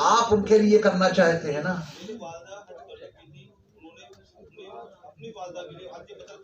آپ مجھے صرف اتنا سوال میں پوچھئے، آپ کس کی طرف سے حج بدل کرنا چاہتے ہیں؟ نہیں، ان کی وہ حیات ہیں. دیکھیے آپ کی والدہ اللہ ان کی مغفرت فرمائے دنیا سے اس حال میں گئیں کہ اپنا حج بھی انہوں نے کیا اور اپنی والدہ یعنی آپ کی نانی کی طرف سے بھی انہوں نے حج کیا، حج بدل، اور پھر وہ دنیا سے چلی گئیں. آپ ان کے بیٹے ہیں اور آپ کی تمنا ہے کہ اپنی والد مرحومہ جو اپنا بھی حج کر چکی اور اپنی والدہ کی طرف سے بھی حج بدل کر چکی، اب آپ ان کی طرف سے حج بدل کرنا چاہتے ہیں تو کر سکتے ہیں. بات کلیئر ہو گئی؟ ٹھیک. میرا سوال یہ ہے کہ اگر ہم جو طواف کر رہے ہیں صحیح کر رہے ہیں اور نماز کا وقت ہو جاتا ہے تو اس کو پورا کر کے پھر نماز ادا کریں گے؟ سوال تو بہت اچھا ہے آپ کا، لیکن میں آپ کو مشورہ دے دیتا ہوں کیونکہ اس میں الجھن بہت زیادہ ہو جاتی ہے. طواف کا شروع کرنا آپ کے اختیار میں ہے، نماز کے اوقات بھی آپ کو معلوم ہیں، تو آپ طواف عمرہ پہلے والا طواف اس حالت میں شروع کیجئے گا کہ بیچ میں کوئی نماز نہ آئے. تو آپ کے اختیار میں ہے نا، ٹائم معلوم ہے آپ کو. ٹائمنگ کا خیال کرتے ہوئے آپ طواف کب شروع کریں گے کہ بیچ میں نماز نہ آئے. لیکن پھر بھی آ گئی، دھوکے میں توجہ نہیں دے سکے. تو جب آپ طواف کر رہے ہوں بیچ میں نماز آ جائے، صحیح کر رہے ہوں بیچ میں نماز آ جائے، تو طواف کو روک کر نماز میں آپ کو شرکت کرنی ہے اور نماز پڑھیں گے. آپ نے ارادہ کیا کہ یہاں کھڑے ہو کے پڑھوں گا میں، آپ پتہ نہیں کہاں کھڑے ہوں گے جا کر کے، اتنا مجمع بھی، یہاں سے وہاں، وہاں سے یہاں. تو جہاں پہ طواف آپ نے روکا ہے نماز کی ادائیگی کے لیے، وہ جگہ اپنے ذہن میں رکھیے گا. یہاں میرا چکر رکا تھا، پہنچ گئے آپ وہاں، پھر ریٹرن ہونا پڑے گا. اسی لیے میں نے مشورہ دیا کہ نماز کی صفوں کی درستگی میں بندہ کہیں سے کہیں پہنچ جاتا ہے، لہٰذا آپ اوقات نماز کو ملحوظ رکھتے ہوئے اپنا طواف شروع کریں اس طرح کہ درمیان میں نماز کا وقت آپ کو نہ آئے. یہ زیادہ بہتر طریقہ ہے. آپ بتائیں. ہماری بہن کا سوال یہ ہے کہ عمرہ کس کی طرف سے کر سکتے ہیں، اسی میں طواف کا بھی سوال جوڑ دیجئے. طواف اور عمرہ کس کی طرف سے کر سکتے ہیں؟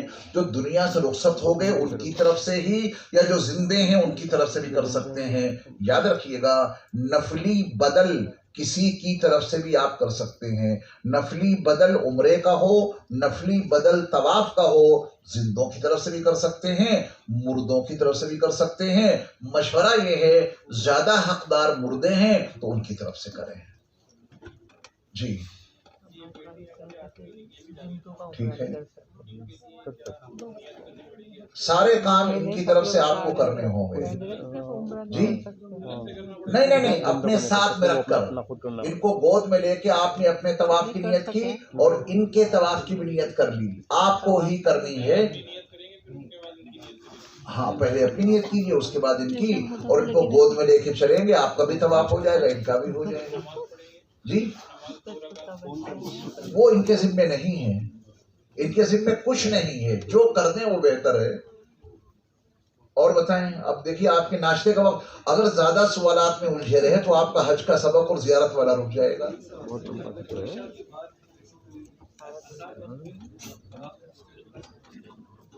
عشاء کی نماز کے بعد طواف شروع کیا، بالکل کر سکتے، پوری رات کبھی بھی کریں. اور بہتر آپ لوگوں کے لیے یہ ہے کہ رات میں طواف کریں. گرمی بہت زیادہ ہے تو رات میں طواف کریں تو زیادہ بہتر رہے گا. کہاں پہ انتظام ہے؟